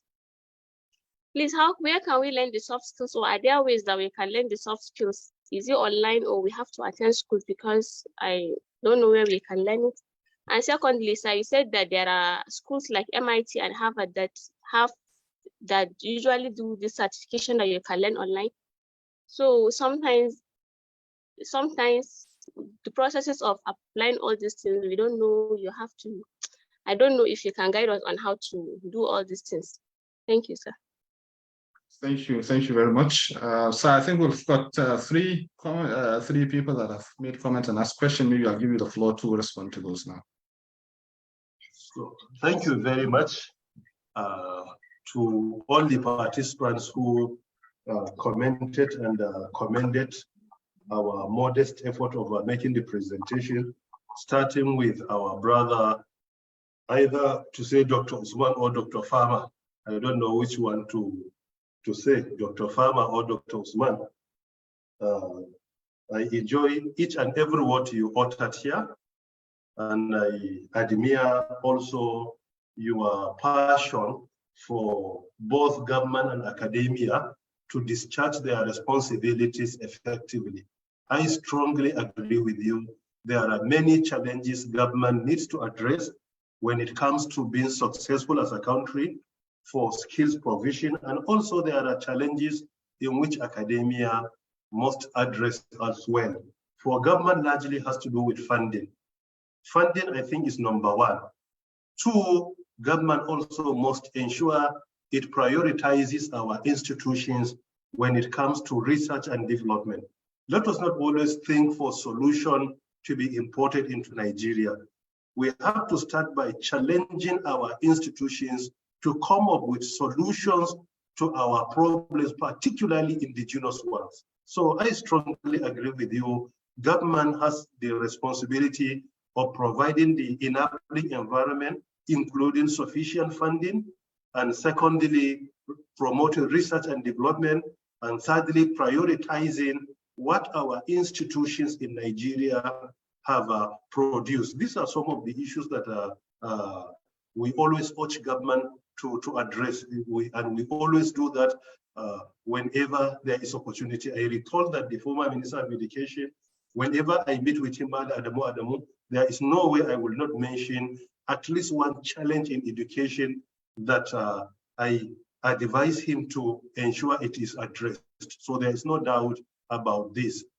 Even if we feel as a government we don't have sufficient fund, but there is always room for improvement, to challenge, to support our education, our institutions to partake in R&D and provide solutions to our problems. When it comes to universities also, I agree with you that you'll discover a lecturer, his lecture is for 10 years without any improvement. It doesn't make sense. If I publish a book today and I want to reprint it tomorrow, I believe that definitely no matter how good it is, I will try to improve in certain areas. At least some additions and subtractions. You must try to do that. But it doesn't make sense for your lecture note of last year to be used this year. At least within that 1 year, it must be updated significantly, if not replaced completely. This is important. And I think the main reason many of our colleagues are in academia, not because they are passionate. Many are there because of necessity is the only option available. When they get another option, they leave academia. It shouldn't be like this. I think one of the most noble professions in the world is teaching. If you look at it intellectually, religiously, and otherwise, one of the most noble professions is imparting knowledge to others, whether it is worldly knowledge, religious knowledge, or any form of knowledge that is beneficial to humanity. So we should try to be very passionate about what we do, and we should not take academia as only the available option. It is our priority. We join academia because we are interested, not because we couldn't have any other option. And we are still in academia, not because there is not any option. We have 1,001 options on our table, yet we prioritize academia. We know there is no profession that is noble to us like teaching. So we should be passionate about what we do. And that is why in and outside office, I always teach, I always publish, and I always write. Why? Because I'm passionate about that. And we should always be passionate about the work we do. Sister Halima Abdurrahman, I think she couldn't comment, most probably because of network problem. Our brother Omar Farouk Ahmad also, glad to hear you joining us from Tokyo. And I appreciate your kind words. In addition, the issue you raised with regards to certificates, whether the book is condemning certificates, both the title of the book and the content, none of them condemns certificates. There is none. Even the title, skills, rather than just is synonymous to only. It's just like saying skills rather than only degrees. Professor Abubakar Rashid is a professor of English language from BUK, the immediate past executive secretary of National University Commission. During unveiling the book, he said, what he admires in the title is the word just. That just is very important there. Skills rather than just. And he's a professor of English language. The video is available out there, even online. So he said, even the word just is the most important word that he admires. And he even challenges our brother and friend, Professor Idris Muhammad Bugaji, by saying, Bugaji is advocating skills, not degrees. But he said, mine is in between. It's skills rather than just degrees, meaning skills rather than only degrees. He says, so this just is very apt. And he's a professor of English language. So even the title of the book is not in any way, but what the book is emphasizing, firstly, your degree should not be empty. Secondly, the priority is not the certificate, but the training you are going through as a student. That is what is important. And three, certificate is not the target. Certificate is only to validate the skills you have obtained. It's just validation. Skill is validated. And if your certificate fails to validate any skill, then the aim of acquiring it has been defeated completely. There is no doubt about this. And finally, certificate is not the end. When you acquire it, there is more burden on you to continue to improve and update and validate your skills, because the future of work has been changing. After every 5 years, you will discover that what is required today after next 5 years could not be the same. New challenges emerge in the world, and there is need for new skills to address the challenges. Dr. Shadi Sokoto couldn't comment. I wanted him to speak, particularly to ask him about his school, particularly Brilliant Footsteps International Academy, and also to ask him about my daughter Fatima Yusuf and Barira, I think. So I'm glad you are here. Permit me also to comment on Hawaii Yuguda, my sister Hawaii Yuguda. Thank you very much for the kind words. Where to learn skills? Firstly, by obtaining a copy of the book, you will be able to learn some of the skills. I only mention them here because of time constraint. But if you go through the book like complex problem solving, there is an algorithm, 9-step algorithm to follow in order to solve complex problem solving. Like critical thinking, there are 5 steps. They are outlined in the book. Creativity is also outlined in the book, and even the stages to be followed to attain that, including indirectly speaking on cognitive skills, which like learning, reading, observation, among others. So all these things have been addressed. So starting with the book is very important, in my opinion. And secondly, if you go online, you will discover that there are so many videos from top-class universities in the world, like MIT, Harvard, Oxford, Cambridge, including IIT, where they have many instructors with presentation on this. You will try to learn from them, starting with the book. From there, you will continue to develop on the skills. I would appreciate if Dr. Chadi will be given a minute to speak. Yes, okay, sir. Yes, Dr. Shadi, can you go ahead and ask your question or make your comment, please? Assalamu alaikum wa rahmatullah. I'm really honored, Prof, for re-emphasizing my speaking. I want to say that all the way from Sokoto, we have about 2,000 plus students who have been reignited, from the book skills rather than just degrees. And most of us talked about the challenges from the tertiary level. We as educators, down the lane of nursery and primary, secondary, over the years, we've been faced with the challenge of, what we aspire and are inspired to do in terms of the real future challenges of our kids, 10, 20, 30 years from now.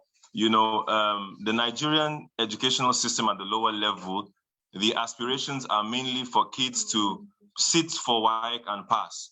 Now we have realized, there's more to that in terms of what we want for these kids. For instance, first of all, as Muslims, we want these kids to have a very deep entrenched knowledge about Islam that they could practice for this life and the hereafter. We want them to be embedded with skills, and alhamdulillah, with our exposure to the book, initially we had a kind of myopic understanding of skills where we looked at it from just the hard perspective.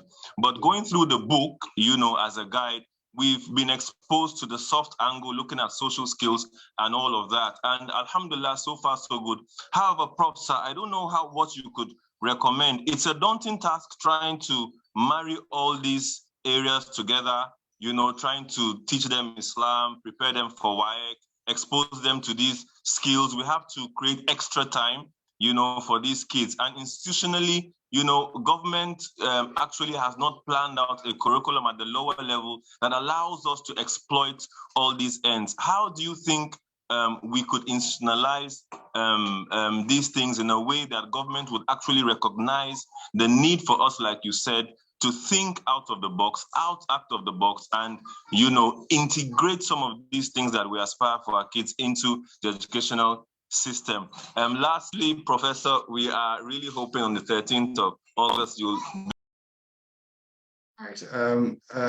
Sorry to cut you off there. I think what probably we'll do is give Halima an option as well. Halima Abdul, who wasn't here earlier as well. Can you ask your question? If you could be very brief, that would be very helpful. Thank you. Inshallah. Assalamu alaikum wa rahmatullahi wa barakatuh. Thank you so much for this opportunity to speak to the organizers and to our Prof. We are so grateful that you gave us this opportunity to interact with you. My question is on the whole thing around why Nigerians, young people, are not able to nail jobs like the one that was advertised with the Dangote refinery opening recently, which caused a big uproar. People saying, why should the jobs be given to people outside? But the problem was that there were no skilled Nigerians at the time, even in the whole of sub-Saharan Africa, to take on that, the role of 10,000 skilled workers. And there was a group that recommended that there should be a skill apprenticeship framework for every country. Prof, sir, in what ways do you think the Nigerian government can tap into this, considering the fact that recently you launched a center for something similar in Nigeria? In what ways can we incorporate this national skill apprenticeship center or framework for Nigerians so that it will be easy for us to get skills? And thank you. We are really grateful that you should champion this course of mentorship, just like you did today by giving us this opportunity. Thank you, Prof, and the organizers. Thank you very much. Thank you very much. We have quite a lot of people wanting to ask questions, but given a bit of time constraints, I know it's past for its almost, Asri time already in Nigeria. I think we'll stop here. Probably I'll just give Prof the chance to respond to these two speakers, and then we'll call it a day. Thank you very much, Dr. Tariq, once again. With regards to the issues raised by Malama Halim Abdurrauf, I'm in the opinion they are very relevant indeed, particularly the example she earlier cited with regards to Dangote recruitment.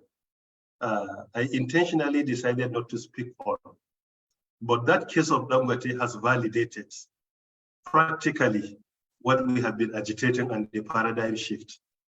The report indicated clearly is because of lack of skill.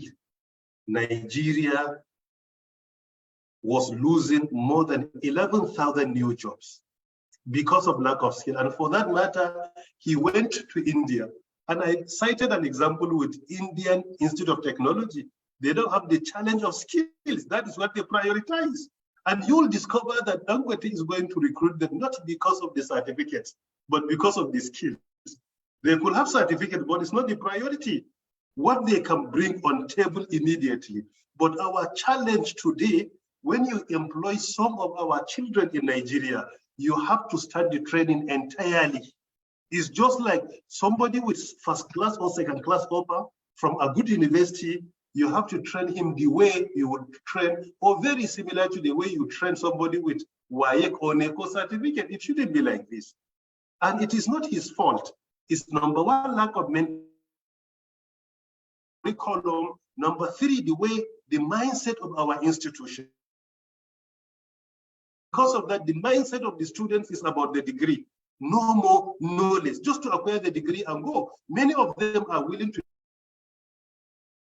training as long as you give them the certificate. And because of that mentality, when you somebody will give you the work, how can somebody give you the work in Dangote while you cannot do it? And even the connection that is beneficial is part of the skills. They look at the mentality, they don't even know that the exposure and the connection you could require from time to time is part of the soft skills. To know some people that when there is an issue, they can intervene. But you have to ask them to intervene legitimately and legally where you can add value. So I strongly agree with her, and there is need for us to have similar approach.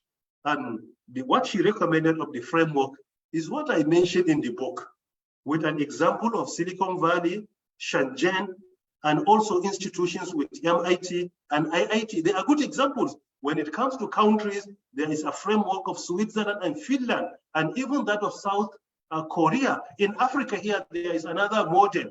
That is in Morocco. Morocco, they have a good model of skills provision. That is why you will discover our graduates are endangering their lives, trying to cross Mediterranean Sea illegally to Europe, illegally with their degree and MScs, while the graduates of Morocco, some even through centers only, are being received in Europe with red carpets. They are respected. And some European countries are even coming to Morocco to employ them, not because of the quality of their universities, but the skills they acquire. And some of us, because of being narrow-minded, when you speak about skills, they only recall vocational training. Maybe you are thinking of mechanics or metal work or woodwork or electricity. This is also hard skills.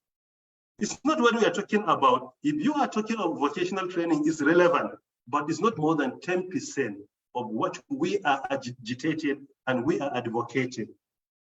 Umar Farouk Ahmad earlier asked a question with regards to how to guide our younger ones to success by citing an example with my humble self.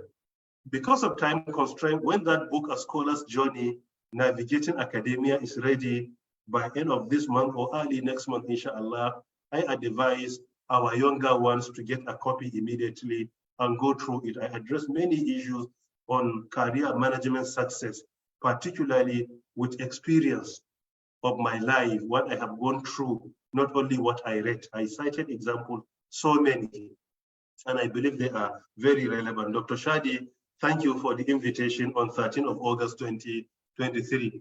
Your invitation is being considered, and I pray to the Almighty to give me the ability to be there physically. If that's not possible, then virtually. Thank you very much. Thank you very much. I think this brings us to the end of the session. Maybe I'll call on Dr. Yakubu, our coordinator, once again to maybe say a few words of thanks, vote of thanks to Professor Isa Ibrahim. Okay, Dr. Tarek, I think much has been said.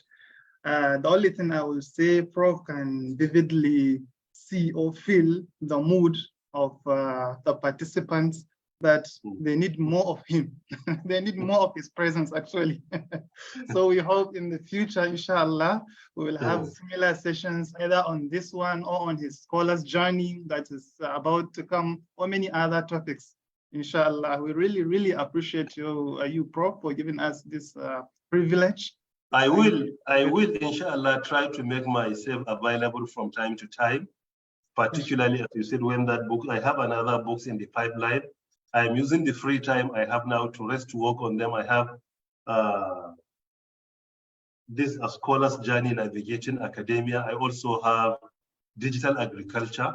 I wrote a book on how to support our farmers in the developing countries to engage in digital agriculture. And I'm also working on another book on counter-terrorism through cybersecurity and emerging technologies. All these three books are in the pipeline, and I do hope they will be available very soon. So from time to time, I will make myself available to join you and have more conversations with our friends, brothers, our children, our elders, among others. Alhamdulillah, so we have gotten an excellent takeaway, Dr. Tariq. I think this is enough for us as a takeaway. Yes. Yes, Alhamdulillah. Yes, thank you very much once again, Prof. We really appreciate it. We are honored. We've really learned a lot. And yeah, I think we look forward to seeing more of you. Again, I think the final takeaway is for each and every person to make sure they get that copy of the book, read through, and of course, get the benefit out of it. So thank you. We really appreciate it. Thank you very much. Finally, of course, to you, the participants, you've been an amazing audience. We do apologize for the limitation in terms of time. I see over 50 people wanted to ask questions. However, due to that time limitation, we're not able to give you the opportunity. However, remember, we can continue discussions on our social media platforms. I think what we'll do, Dr. Yakubu, is to get some more questions and probably forward those to Prof, and then we can see how we can, get back to the participants. So thank you very much. Have a good day.